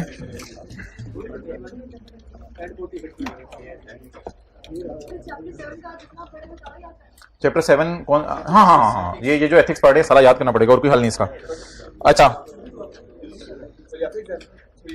हजरात पूछ रहे हैं, एक भाई ने पूछा कि पेपर में आता है, असल में जो पेपर में आता है ना उसके लिए क्लासें इंशाल्लाह हम अगस्त में शुरू करेंगे। तो अभी यार तो क्यों बुलवाता है यार, मुझे क्यों बुलवाता है यार, इसके पढ़ा करो यार। आता है पेपर में, आता है, याद करना हमें। अच्छा, इसलिए मैंने शुरू में बता दिया था स्टैंडर्ड में अवेलेबल नहीं है, लेकिन फिर भी आप सवाल पूछा करें, कभी कभी मैं ऐसी बात करता हूं तो माइंड ना किया करें। अच्छा, क्योंकि अभी आपको फॉर्म में जाके पता नहीं क्या क्या मैनेजर्स करते हैं, तो इसलिए थोड़ा से पहले दिन तो आपको भेज देते हैं, जाओ जाके फोटोकॉपी करा के लाओ, और फिर नहीं हो रहा होता तो कहते हैं वो मशीन है, जाओ खुद फोटोकॉपियां करो। फिर आप कहते हैं oh no I am doing CA, I will not do photocopy. तो फॉर्म में जाती है आपको फोटोकॉपी करनी सिखाई जाएगी। भाईजान आप आ जाए, आपका क्या मूड है आज? Oh man, now interested. अच्छा जी, ये किताब के अंदर सफाई 7 वाले की लिखा तो पर IAS 21 है, लेकिन डिस्कशन ऑफ IAS 40 हम करने लगे हैं थोड़ी सी for IAS 21। Land and building या लैंड और बिल्डिंग, अगर बेचने के लिए रखी है ना आपने लैंड बिल्डिंग, तो फिर तो आपको पता है इन्वेंट्रीज का स्टैंडर्ड लगेगा। और अगर लैंड एंड बिल्डिंग आपने किस पर्पस के लिए रखी है, एडमिनिस्ट्रेशन पर्पस के लिए, तो फिर तो IAS 16 लगेगा। लेकिन अगर लैंड एंड बिल्डिंग रेंटल के लिए रखी है, किराए पे देने के लिए, या लैंड एंड बिल्डिंग महंगी होने के लिए रखी है, एंड और, तो फिर IAS 40 लगेगा। IAS 40 initial recognition, initial measurement और सब्सिक्वेंट मेजरमेंट। IAS 40 FR 1 वाला रिवाइज हो रहा है। Initial recognition, recorded if cost can be measured and future economic benefits are probable. ये हर स्टैंडर्ड में ही होता है तकरीबन, बायोलॉजिकल एसेट में भी होता है, इंटेंजिबल। IAS 16 में भी यही बात है, कॉस्ट पता चल जाए, फ्यूचर इकोनॉमिक बेनिफिट आने हो तो एसेट को डेबिट कर लो। डेबिट करो कितने से, वो मेजरमेंट में डिस्कशन होगी। इनिशियल मेजरमेंट भाईजान कॉस्ट पे होती है, इनिशियल मेजरमेंट फेयर वैल्यू पे नहीं हो सकती। इनिशियल मेजरमेंट हमेशा किस पे होगी, कॉस्ट पे, including necessary cost such as professional fees etcetera, को नाम लगवाने के खर्चे। सब्सिक्वेंट मेजरमेंट या कॉस्ट मॉडल पे या फेयर वैल्यू मॉडल में।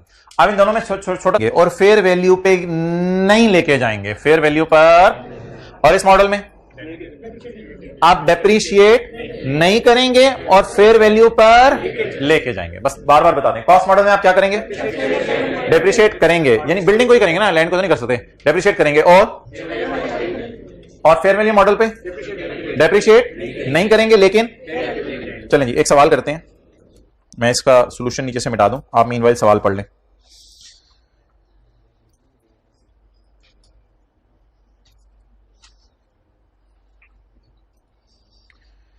Land and building is purchased on 1 January 2011 for ₹70 including land of 30।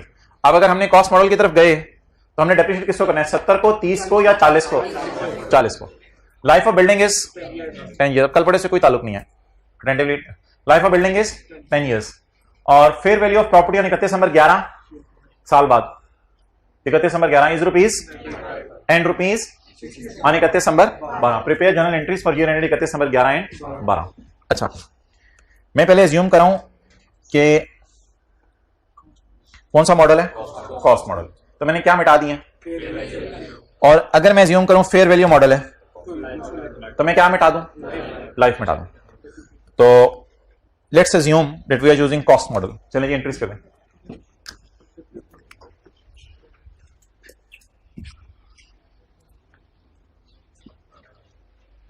If I am using cost model तो मेरे P&L में डेप्रिसिएशन जानी है, इसलिए मैं डेप्रिसिएशन भी निकालनी है। डेट ऑफ परचेज 1 जनवरी 11, बोलें जी।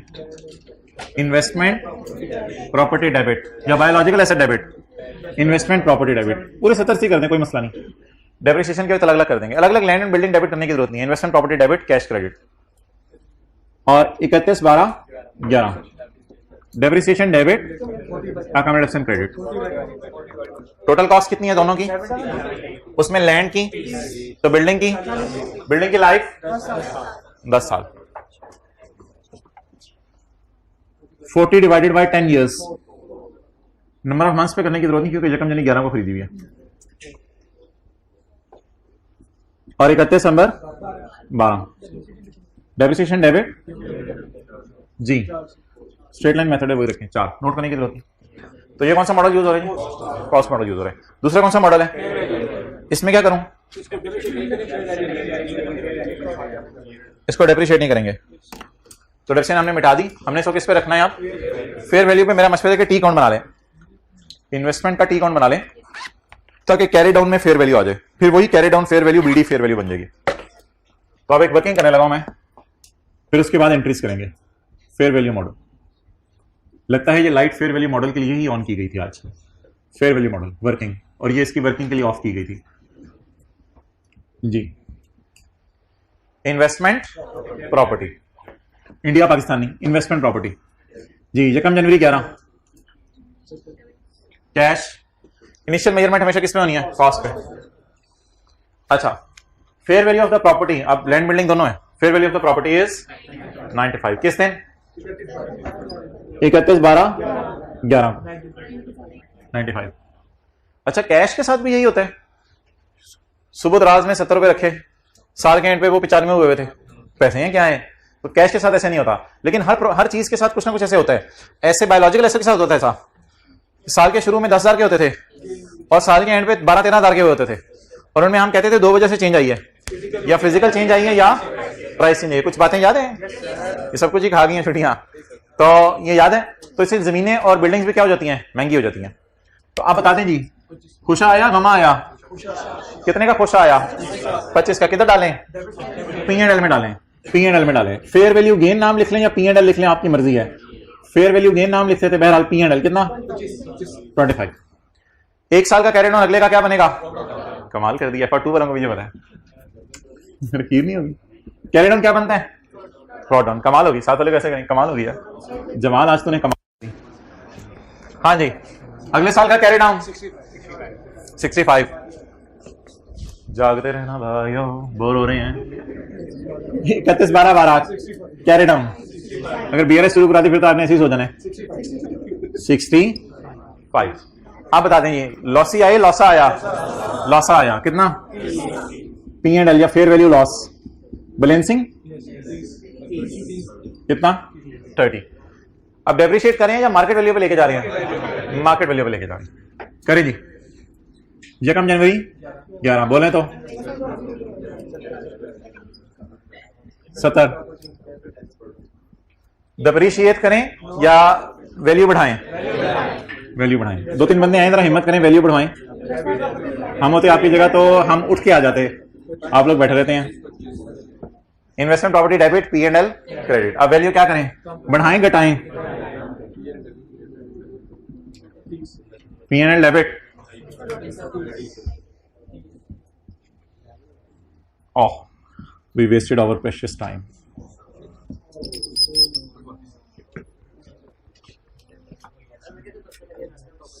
यार वो इसलिए कि मैंने ना, सही कह रहे हो आप, ऊपर ये लिखा हुआ सारा इसलिए हमें पता चलेगा ना, सवाल में बताएगा ये इन्वेस्टमेंट प्रॉपर्टी है या हेल्ड फॉर दिस पर्पज है जी। भाईजान क्या एंट्रीज हैं? 70 रुपए, 4 रुपए, 4 रुपए। किस मॉडल में? किस मॉडल में? कॉस्ट मॉडल में। और 70 रुपए, 25 रुपए और 30 रुपए किस मॉडल में? लेकिन इसमें क्या करनी पड़ी? एक working. So what is the summary guys? Cost model क्या करता है? Show asset in balance sheet at less accumulated and accumulated impairment, P&L will show। Fair value model क्या करता है? Show asset in balance sheet at fair value, P&L will show gain loss due to fair value इसमें, and do not depreciate. अच्छा, मैं इस बात को तस्लीम करता हूं कि आप हजरात ने कल का लेक्चर नहीं लिया, स्टिल कोई परेशानी वाली बात नहीं। मुझे बताएं, आपकी जेब में सुबह उठे तो $12 पड़े हुए थे, सुबह उठे तो आपकी जेब में कितने डॉलर पड़े हुए थे? $12 पड़े हुए थे। ये संडे को अम्मी ने खुश होकर आपकी जेब में डॉलर डाल दिए थे। खाला आई हुई थी अमेरिका से, आपकी जेब में अम्मी ने डॉलर डाल दिए। आप सबसे पहला काम क्या करेंगे? आप गूगल बाजी पे जाएंगे और चेक करेंगे $1 कितने का, ताकि आप लेवल तो चेक करें ना आपकी जेब में कितने पैसे हैं। तो $1 पड़ा 190 का, थोड़ा ज्यादा पुराना पाकिस्तान का, तो $190 का। अब बता दें आपकी जेब में कितने, बताएं जी आपकी जेब में कितने पैसे हैं? बोले $12 इंटू रुपीज 190, 2280 रुपए, और तो $12। अच्छा $12, और असल में आपकी जेब में कितने पैसे हैं? 2280 रुपए। एक मटन कढ़ाई आ सकती है आराम से, आ जाएगी? नहीं आएगी मटन कढ़ाई? आधा किलो मटन कढ़ाई, आधा किलो मटन अच्छा मटर कढ़ाई आ जाएगी। तो माशाल्लाह $12 की भाई फरमा रहे हैं, आधा किलो मटन कढ़ाई मैं खा सकता हूं। तो $12 का क्या मतलब है? जेब में कितने पैसे हैं? 2280। तो इसी तरह आपकी जेब में कैश की बजाय अगर आपके पास प्रॉपर्टी हो, जेब में नहीं, आपके पास प्रॉपर्टी हो बाहर के मुल्क में, तो उसकी भी फेयर वैल्यूज लेके आप कर सकते हैं सॉल्व। तो चाहे अब आपने कल की क्लास ली थी या नहीं ली थी, मुझे इन्वेस्टमेंट प्रॉपर्टी का टी अकाउंट बना दें फेयर वैल्यू मॉडल पे, जल्दी करें।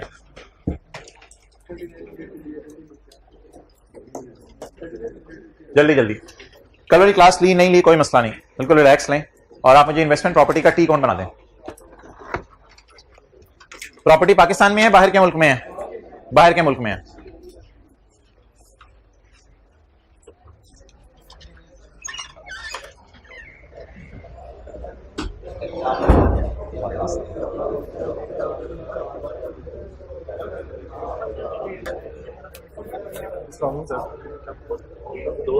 क्या बना मेरा मुल्तान से आना था तुम्हें, आ जाना था यार तुम्हें बाहुल नगर। ये 4 घंटे किधर थे? आ जाना था यार।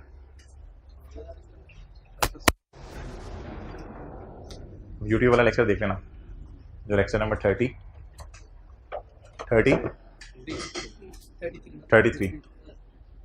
करो जी, जल्दी सॉल्व करो।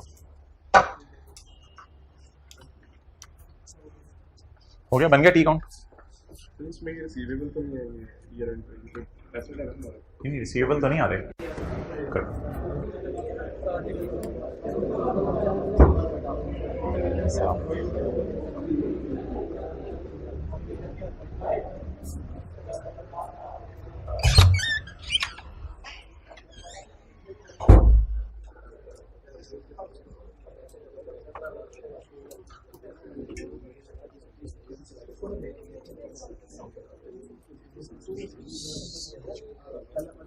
कितनों में से हो गया? हाथ पे कर दें।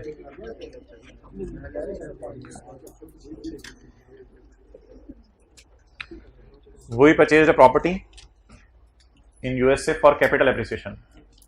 तो प्रॉपर्टी यानी लैंड एंड बिल्डिंग हमने खरीदी है यूएसए में फॉर कैपिटल एप्रिसिएशन। तो बता दें कौन सा स्टैंडर्ड लगेगा? IS 40। कॉस्टिंग $30 ऑन यकम जनवरी 15। यकम जनवरी 15 को डॉलर कितने का? 130 का। साल के एंड पे वो प्रॉपर्टी कितने डॉलर की होगी है? $70 की, यानी $30 से बढ़ के कितने डॉलर की होगी है? $70 की। हो। और 2016 में जो कौन सा है? जो बाइडन, क्या कैसे बोलते हो? जो बाइडन, वही वाला बाइडन, वो बाइडन आया तो हमारी प्रॉपर्टी की कीमत गिर गई 70 से किस पे चली गई? 25 पे चली गई। तो अब आपसे सिर्फ जनरल एंट्रीज इसकी मांगी है। तो पाक रुपीस के अंदर डेटा अवेलेबल है या बाहर के डॉलर के अंदर डेटा अवेलेबल है? डॉलर हमारी करेंसी है। शहबाज शरीफ का मैंने आपको प्लान नहीं बताया, 2-3 साल में हमारी करेंसी बन जानी है। अच्छा, हमने खरीद लेना अमेरिका को। अच्छा, तो we purchase a property in USA for capital appreciation costing $30 on यकम जनवरी 15। मैं खरीद लेना भाई फरमा रहे हैं जी। इन्वेस्टमेंट प्रॉपर्टी यकम जनवरी 15, चुप रहे। यकम जनवरी 15 कैश कितना पे किया? $30 इंटू रुपीज 130। मस्ट अटेंड कीजिएगा लेक्चर नंबर 33 और फिर कल आइएगा तैयार होकर। $30 इंटू रुपीज 130 रुपीज 3900। ये एक मरले भी प्रॉपर्टी नहीं है, शायद एक गिफ्ट प्रॉपर्टी है ये, जो हमने 3900 की खरीद लिया। नेक्स्ट, साल के एंड पे चेहरों पे मुस्कुराहट लाए यार, हद होगी तो देखें। साल के एंड पे ये प्रॉपर्टी कितने की होगी? $70 की होगी। 31 दिसंबर 15 कैरी डाउन $70 इंटू 130 94। असल में हमें लाइफ वगैरह दी नहीं हुई ना, इसलिए हम मजबूरन फिर फेयर वैल्यू मॉडल ही लगा रहे हैं। डेप्रिशिएट तो कर ही नहीं सकते। वैसे बताया नहीं उसने, नहीं बताया नहीं हुआ। आप बता देंगे 3900 वाली चीज किस पे चली गई? अच्छा यार, इसमें ये ना सोचिएगा कि प्रॉपर्टी भी महंगी हो गई है और डॉलर भी महंगा हो गया है। अलग अलग सोचने की जरूरत नहीं। किसने सोचा था ऐसा? ठीक है, हम नहीं कहते यार, छोड़ो यार। किसने सोचा था ऐसा? सादा सी बात है, प्रॉपर्टी भी महंगी हो गई, डॉलर शरीफ बोला करने सा, डॉलर शरीफ भी क्या हो गया? महंगा हो गया। तो इस चक्कर में ना पड़े, बस आप P&L निकालें। 5550 ओके। कैरी डाउन को क्या बनाते हैं? ओए होए ये आप कमाल करते हैं, वैसे दिल खुश हो जाता है। कैरी डाउन को क्या बनाते हैं? Brought down. आगे चलें जी, क्या करना है? प्रॉपर्टी कितने की हो गई? $25 की। और डॉलर कितने का हो गया? 132 का। 31 12 16। ब्रॉट डाउन नहीं, कैरी डाउन जी। कितने की हो गई? $25 की। और डॉलर 132 3300। डन। कितने लोगों ने ये बना लिया था और कल की क्लास नहीं ली हुई थी?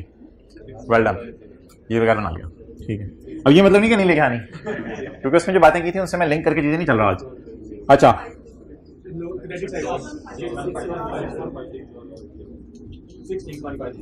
6150 में एंट्रीज बता दें। पहले साल कितनी एंट्रीज होंगी? 2। अगले साल 1।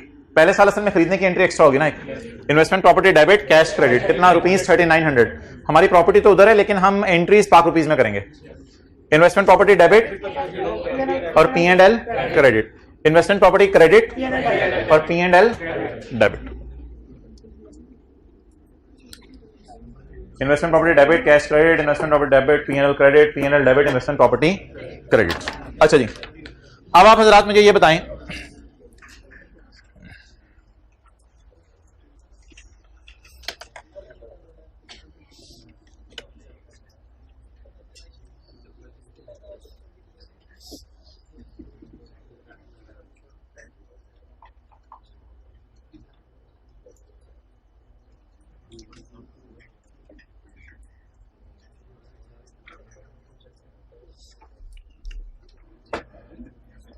अच्छा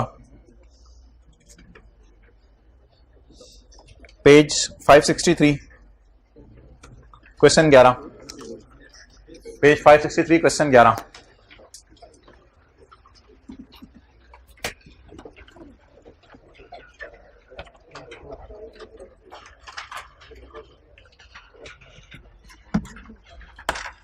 कायदेआज़म वाले नोट बैंक में रखवाए जा सकते हैं या घर में दराज में ही पड़े रहें? दोनों काम हो सकते हैं। कायदेआज़म वाले नोट घर में पड़े रहें या बैंक में भी रखवाए जा सकते हैं? किसी को पता है कायदेआज़म वाले नोट बिजनेस की दराज से बिजनेस के बैंक अकाउंट में जाने की एंट्री क्या कराते थे टीचर? Bank debit. और कायदेआज़म वाले नोट बैंक से निकलवाने की एंट्री क्या करवाते थे? Cash debit. तो what is the entry of bank deposit? Bank withdrawal नहीं बोल रहा, bank deposit, bank debit, cash credit. तो बैंकिंग्स या बैंक डिपॉजिट एक ही लफ्ज है, बैंकिंग्स या बैंक डिपॉजिट, और बैंक विड्रॉल या विड्रॉल एक ही लफ्ज है, वो है बैंक से पैसे निकलवाना। अच्छा, आपके पास पड़े हुए थे डॉलर घर में, आपके दिल में आया चूहा खा ना जाए, आपके दिल के अंदर आया कोई लेके भाग ना जाए, आपके दिल के अंदर आया छोटा भाई को गड़बड़ ना कर दे, तो आपके पास पड़े हुए थे डॉलर, आपने जाके कहां जमा करवा दिए? बैंक में जमा करवा दिए। आप पाकिस्तानी कंपनी, आप एक पाकिस्तानी कंपनी है, साथ वाले की शक्ल देखें, आप एक पाकिस्तानी कंपनी है, whose functional currency is रुपी। कोई बात बुरी लगा कर इग्नोर कर दिया करें, मैं घर से सोच के नहीं आता क्या बातें करनी है। अब Pakistani company whose functional currency is the आप कह रहे होंगे लेकिन बोलते हुए सोच लिया करें। अच्छा, पाकिस्तानी कंपनी उस functional currency is the rupee. एक पाकिस्तानी कंपनी है, उसकी करेंसी कौन सी है? Rupee. Deposited $70 into a dollar account. Dollar account में पैसे रखवा दिए, तो डॉलर कहां पड़े हुए थे यार? बैंक में पड़े थे, तो बैंक में क्यों रखवाने हैं? 1 मिनट की खामोशी। अच्छा चलें वापस आ जाएं, 1 मिनट पूरा हो गया। तो डिपॉजिटेड $70 इनटू करंट अकाउंट, तो कहां पड़े हुए थे? बिजनेस की दराज में पड़े हुए थे, दराज में पड़े हुए थे, गल्ले में पड़े हुए थे, संदूकची में पड़े हुए थे, जाके कहां जमा करवा दिए? बैंक में जमा। अब Pakistani company whose functional currency is rupees deposited $70 into dollar current account in a bank on यकम मार्च 2018। द कंपनी पेड से मुराद भी यहां डिपॉजिटेड होगा। The company deposited an additional $12 into account on 30 अक्टूबर 2018। और 30 अक्टूबर को जाके कितने डॉलर जमा करा दिया? और पहले कितने जमा कराए? 70। फिर कितने जमा कराए? जिस वक्त 70 जमा कराए थे वो कौन सा दिन था? यकम मार्च। जिस वक्त 12 जमा कराए वो कौन सा दिन था? साल के एंड का रेट क्यों दे रहे वैसे हमें? साल के एंड पे डॉलर का रेट चेंज हो गया होगा ना? डॉलर अपना जिगरी तो नहीं है कि उसे रोक के रखे हम एक जगह पे, ठीक है? डॉलर तो कभी ऊपर जाता है, कभी नीचे जाता है, कभी ऊपर चला जाता है, कभी फिर नीचे आ जाता है, ठीक है? तो फिलहाल आप मुझे इसकी टेंशन ना लें कि डॉलर ऊपर जा रहा है नीचे जा रहा है। फिलहाल आप मुझे ये बताएं कि यकम मार्च 18 को क्या एंट्री होगी और 30 अक्टूबर 18 को क्या एंट्री होगी? डॉलर में एंट्री करना पसंद करेंगे, कायदे आज़म में एंट्री करना पसंद करेंगे?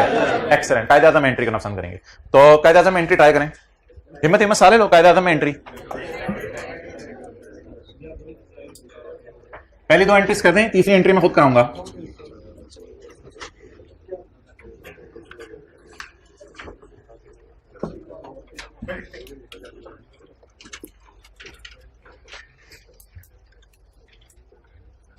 प्यार से कहीं साथ वाले से गाय एंट्री करो।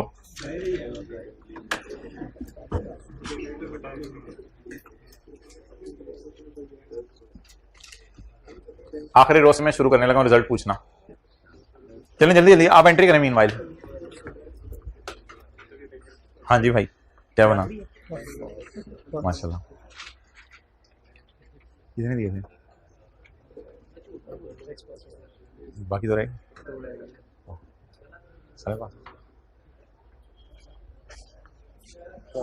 कितने दिए? 2।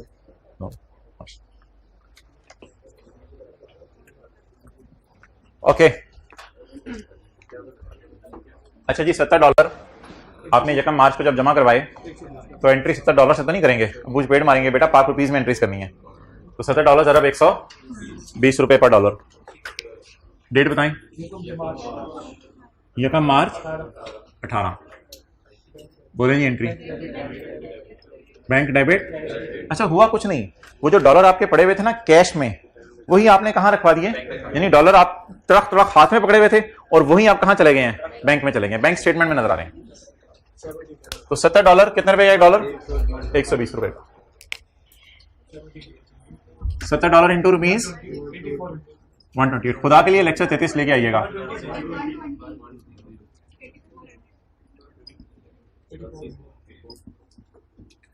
तो आप कितने पैसे बैंक में जमा करवाए? $70 या 8400? अच्छा, वैसे बैंक को फोन करके पूछेंगे, बैंक क्या बताएगा? बैंक कहेगा डॉलर आपके पड़े हुए हैं। कितने डॉलर पड़े हुए हैं? $70। बैंक से पूछेंगे कितने डॉलर पड़े हुए हैं? बैंक चपेट मारेगा जितने रखवाए थे, 70 ही रखवाए थे।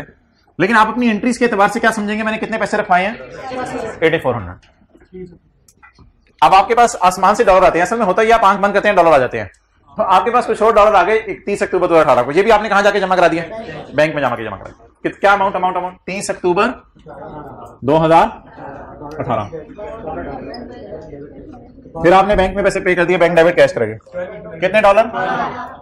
$12 इंटू रुपीज 1140। क्लियर? अच्छा जी, पहले डॉलर की एंट्री आपने कितने रुपए पे मारी थी? 120 पे मारी थी। दूसरे डॉलर की एंट्री आपने कितने रुपए पे मारी? क्या साल के एंड पे डॉलर इतने का ही होगा या डॉलर जो है वो मस्ती करेगा? दाएं बाएं कुछ होगा डॉलर? जी, साल के एंड पे डॉलर ही रह गया बेचारा। कितने का हो गया? 97 का। अब हमें देखना पड़ेगा यार कि डॉलर्स पे हमें गेन आया है या डॉलर्स पे हमें, अब थोड़ी सी आपकी ना अटेंशन चाहिए होगी, थोड़ी सी आपकी अटेंशन चाहिए होगी। एक कैलकुलेशन में करने लगा, लेकिन इधर ना ऐसे हाथ फेर के सफे पे आवाज नहीं आ रही मुझे, वो कैलकुलेशन पहले देखिएगा, थोड़ी सी ज्यादा टेंशन चाहिए आपके साथ वाले की। मुझे बताएं, हमारे पास एक तो $70 पड़े हुए हैं बैंक में, वो अब कितने के हो गए हैं? अब कितने के हो गए? 97 इंटू ₹97, 6790। अच्छा, अब आप मुझे ये बताएं कि ये डॉलर मेरी बुक्स में ऑलरेडी कितने पे आ रहे हैं? एक्सेलेंट। ये वाले डॉलर जो 70 है मैं उनकी बात कर रहा हूं, ये डॉलर ऑलरेडी मेरी बुक्स में कितने पे आ रहे हैं? 8400। मैं एक लफ्ज लिखा करूंगा वर्सेस, यानी बिल मुकाबला। 6790 के बैलेंस शीट डेट पे हैं, लेकिन मैंने रिकॉर्ड कितने पे किए हुए हैं? 8400 पे।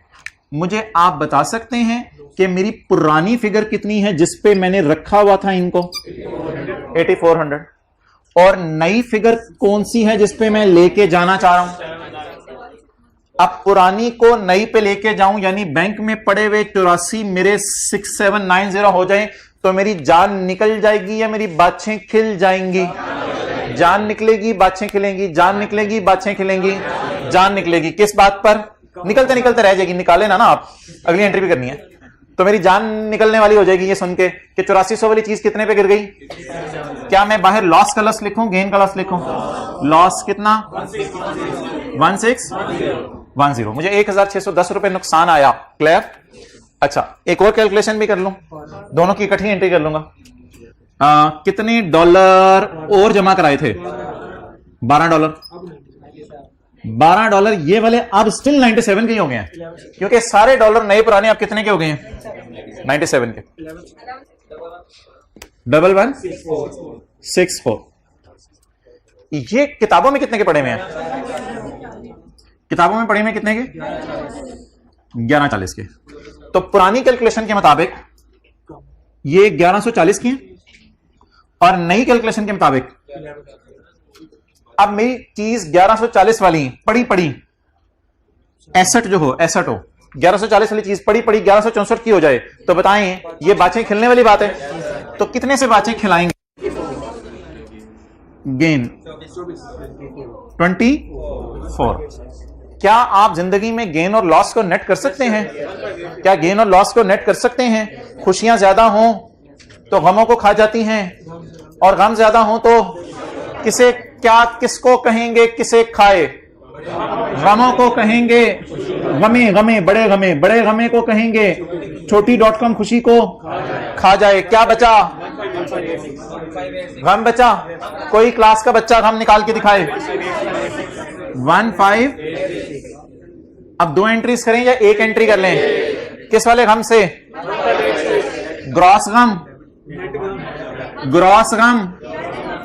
ग्रॉस गम कितने? खुशी कितनी है? नेट गम। तो जिंदगी नेट गम और नेट खुशियों के साथ ही चलती है। नेट एंट्री करें। 31 दिसंबर 18। बताएं जी।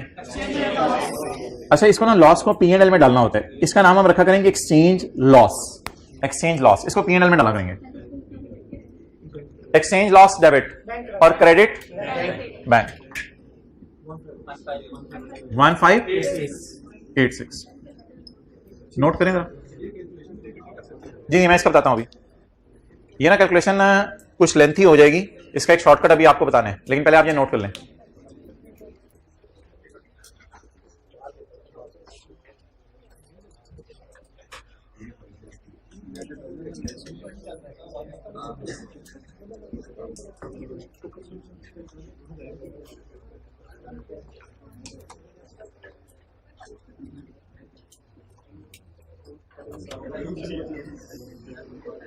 कुछ भाई कह रहे हैं कि इन दोनों को ऐड कर लें, और फिर इनका डिफरेंस ले लें। वो ठीक, बेहतर है, बस इस तरह चलने लगे।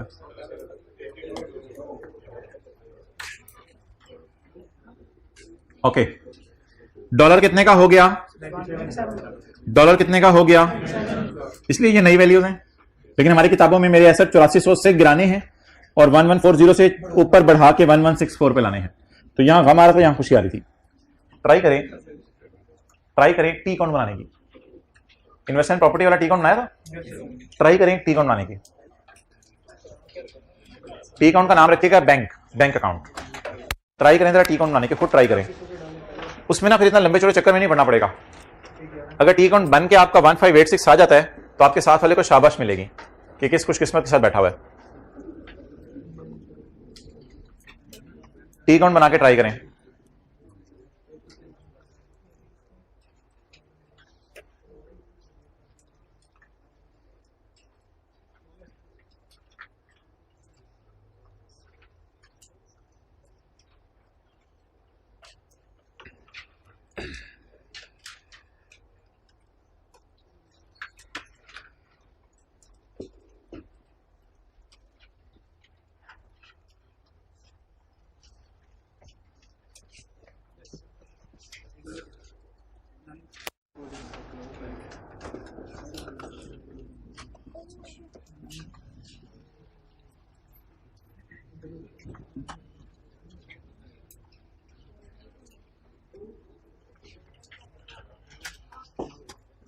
जी पहले उस क्लास वाले हाथ खड़ा करें, फिगर निकल आइए।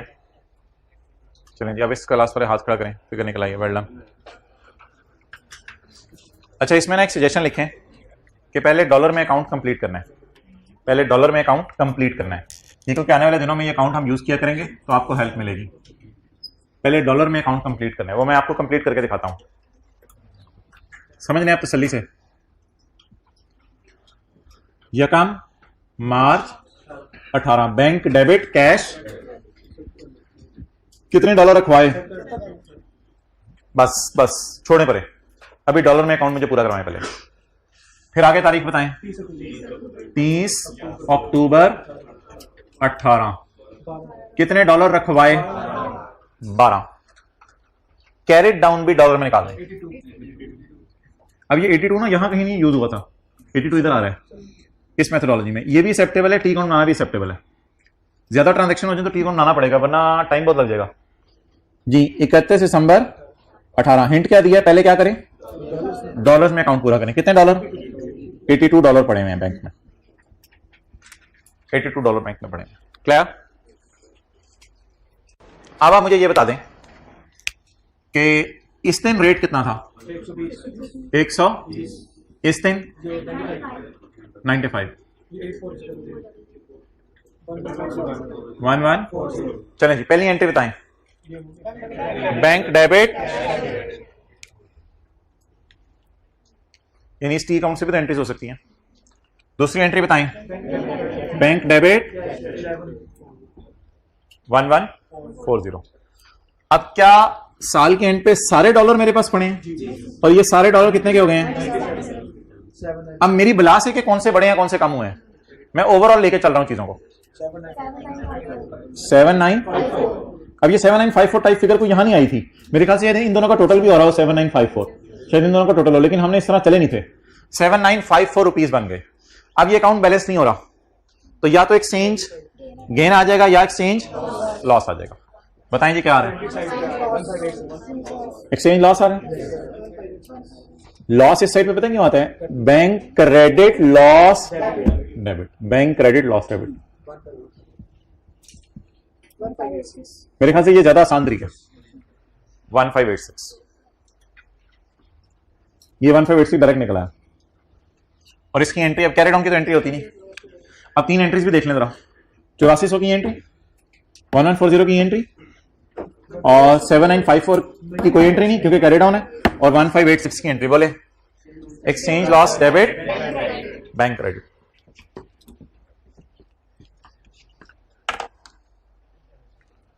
तो लिखें जहां ज्यादा ट्रांजैक्शंस हो, 2 3 4 ट्रांजैक्शंस आ जाएं। वैसे तो इधर भी ज्यादा ट्रांजैक्शन थी, 2 भी काफी है मेरी नजर में। जहां ज्यादा ट्रांजैक्शंस हो तो बैंक का टी अकाउंट बना लिया करेंगे।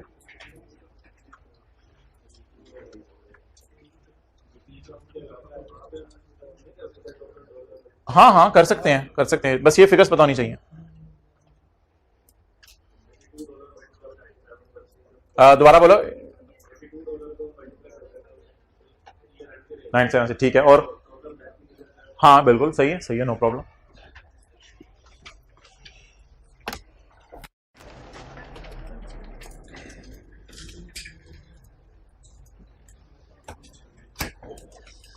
ओके भाई इधर लाओ।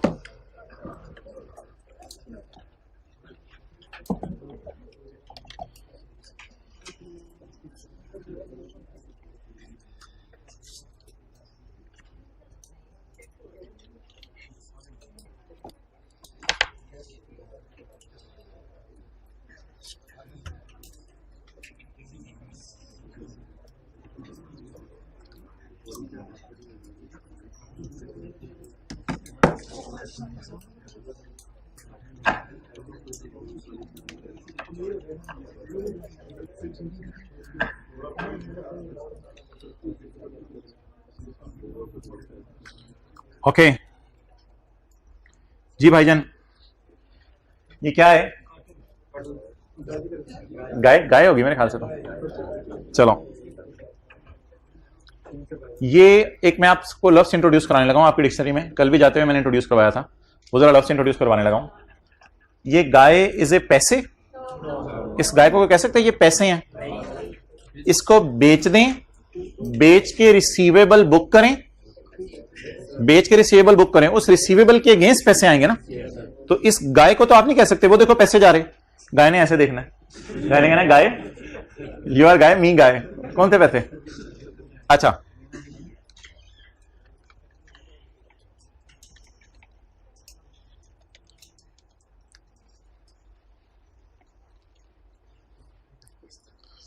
अच्छा भाईजान, ये प्लांट है। ये क्या है? प्लांट है। मुझे लग रहा है इससे जहाज बन रहे हैं इधर। अच्छा, ये जो प्लांट है, ये प्लांट पैसे हैं। प्लांट पैसे हैं। आप प्लांट को करंट एसेट में कैश एंड बैंक के साथ डाल के शो करेंगे। प्लांट पैसे हैं, तो प्लांट पैसे नहीं है, इसलिए प्लांट को कहते हैं नॉन मॉनेटरी। क्या कहते हैं? और बायोलॉजिकल एसेट्स को भी क्या कहते हैं? Non monetary. अच्छा जी, ये मिसाल के तौर पे मैं कहता हूं कि जी ये सॉफ्टवेयर्स हैं, हार्डवेयर नहीं, सॉफ्टवेयर्स।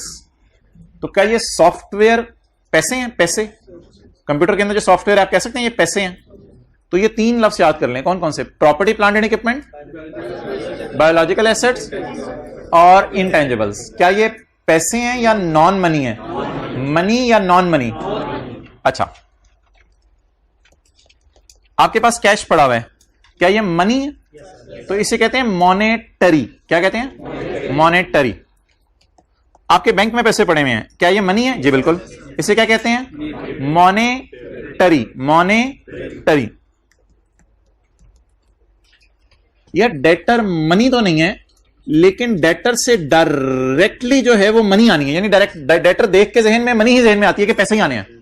लेकिन गाय को देख के जहन में ऐसे नहीं होता कि पैसे ही आने हैं, उससे दूध भी निकलना है, ये भी निकलना है, वो भी होना है, वो भी होना है, गोश्त भी हो सकता है, कुछ भी हो सकता है। तो गाय तो अलग चीज है। और प्लांट देखते ही जहन में कैश नहीं आता जहन में। प्लांट तो गाड़ियां भी बनाएगा, प्लांट तो जहाज भी बनाएगा, प्लांट तो खुद भी जहाज बन जाएगा, प्लांट तो पता नहीं क्या क्या है।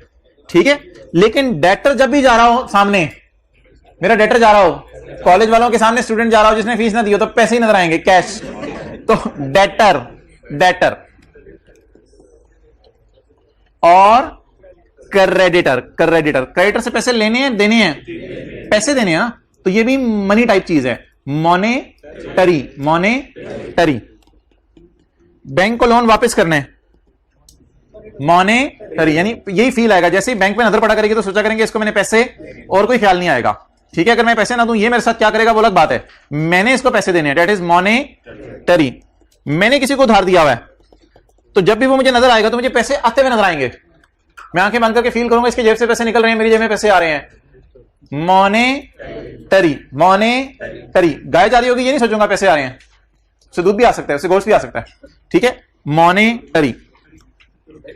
इन सारी चीजों को छोड़ें, क्या मैं कह सकता हूं रिसीवेबल्स और पेएबल्स?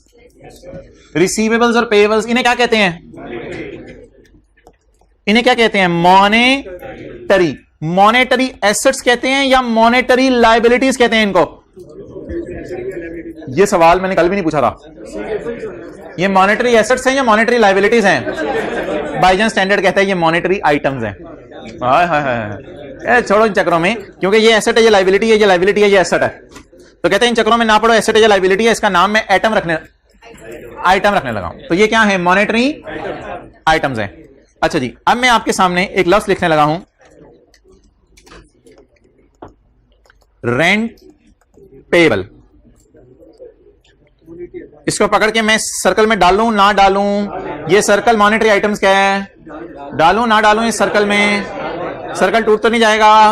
रेंट पेबल आपने इस्तेमाल कर लिया है घर, लेकिन आपने उसका किराया अभी तक पे, तो रेंट पेबल का टी काउंट जब भी आपको नजर आएगा आपको क्या फील होगा, मैंने पैसे देने हैं, क्या मैं इसको पेबल कह सकता हूं, इसको पेबल में फिट करूं, इसको पेबल कह सकता हूं, उसको उठा के इधर ले आए, दैट इज रेंट पेबल। तो रेंट पेबल भी क्या है, मॉनेटरी। जाए मॉनेटरी नॉन मॉनेटरी सोचते सोचते घर चले जाएं।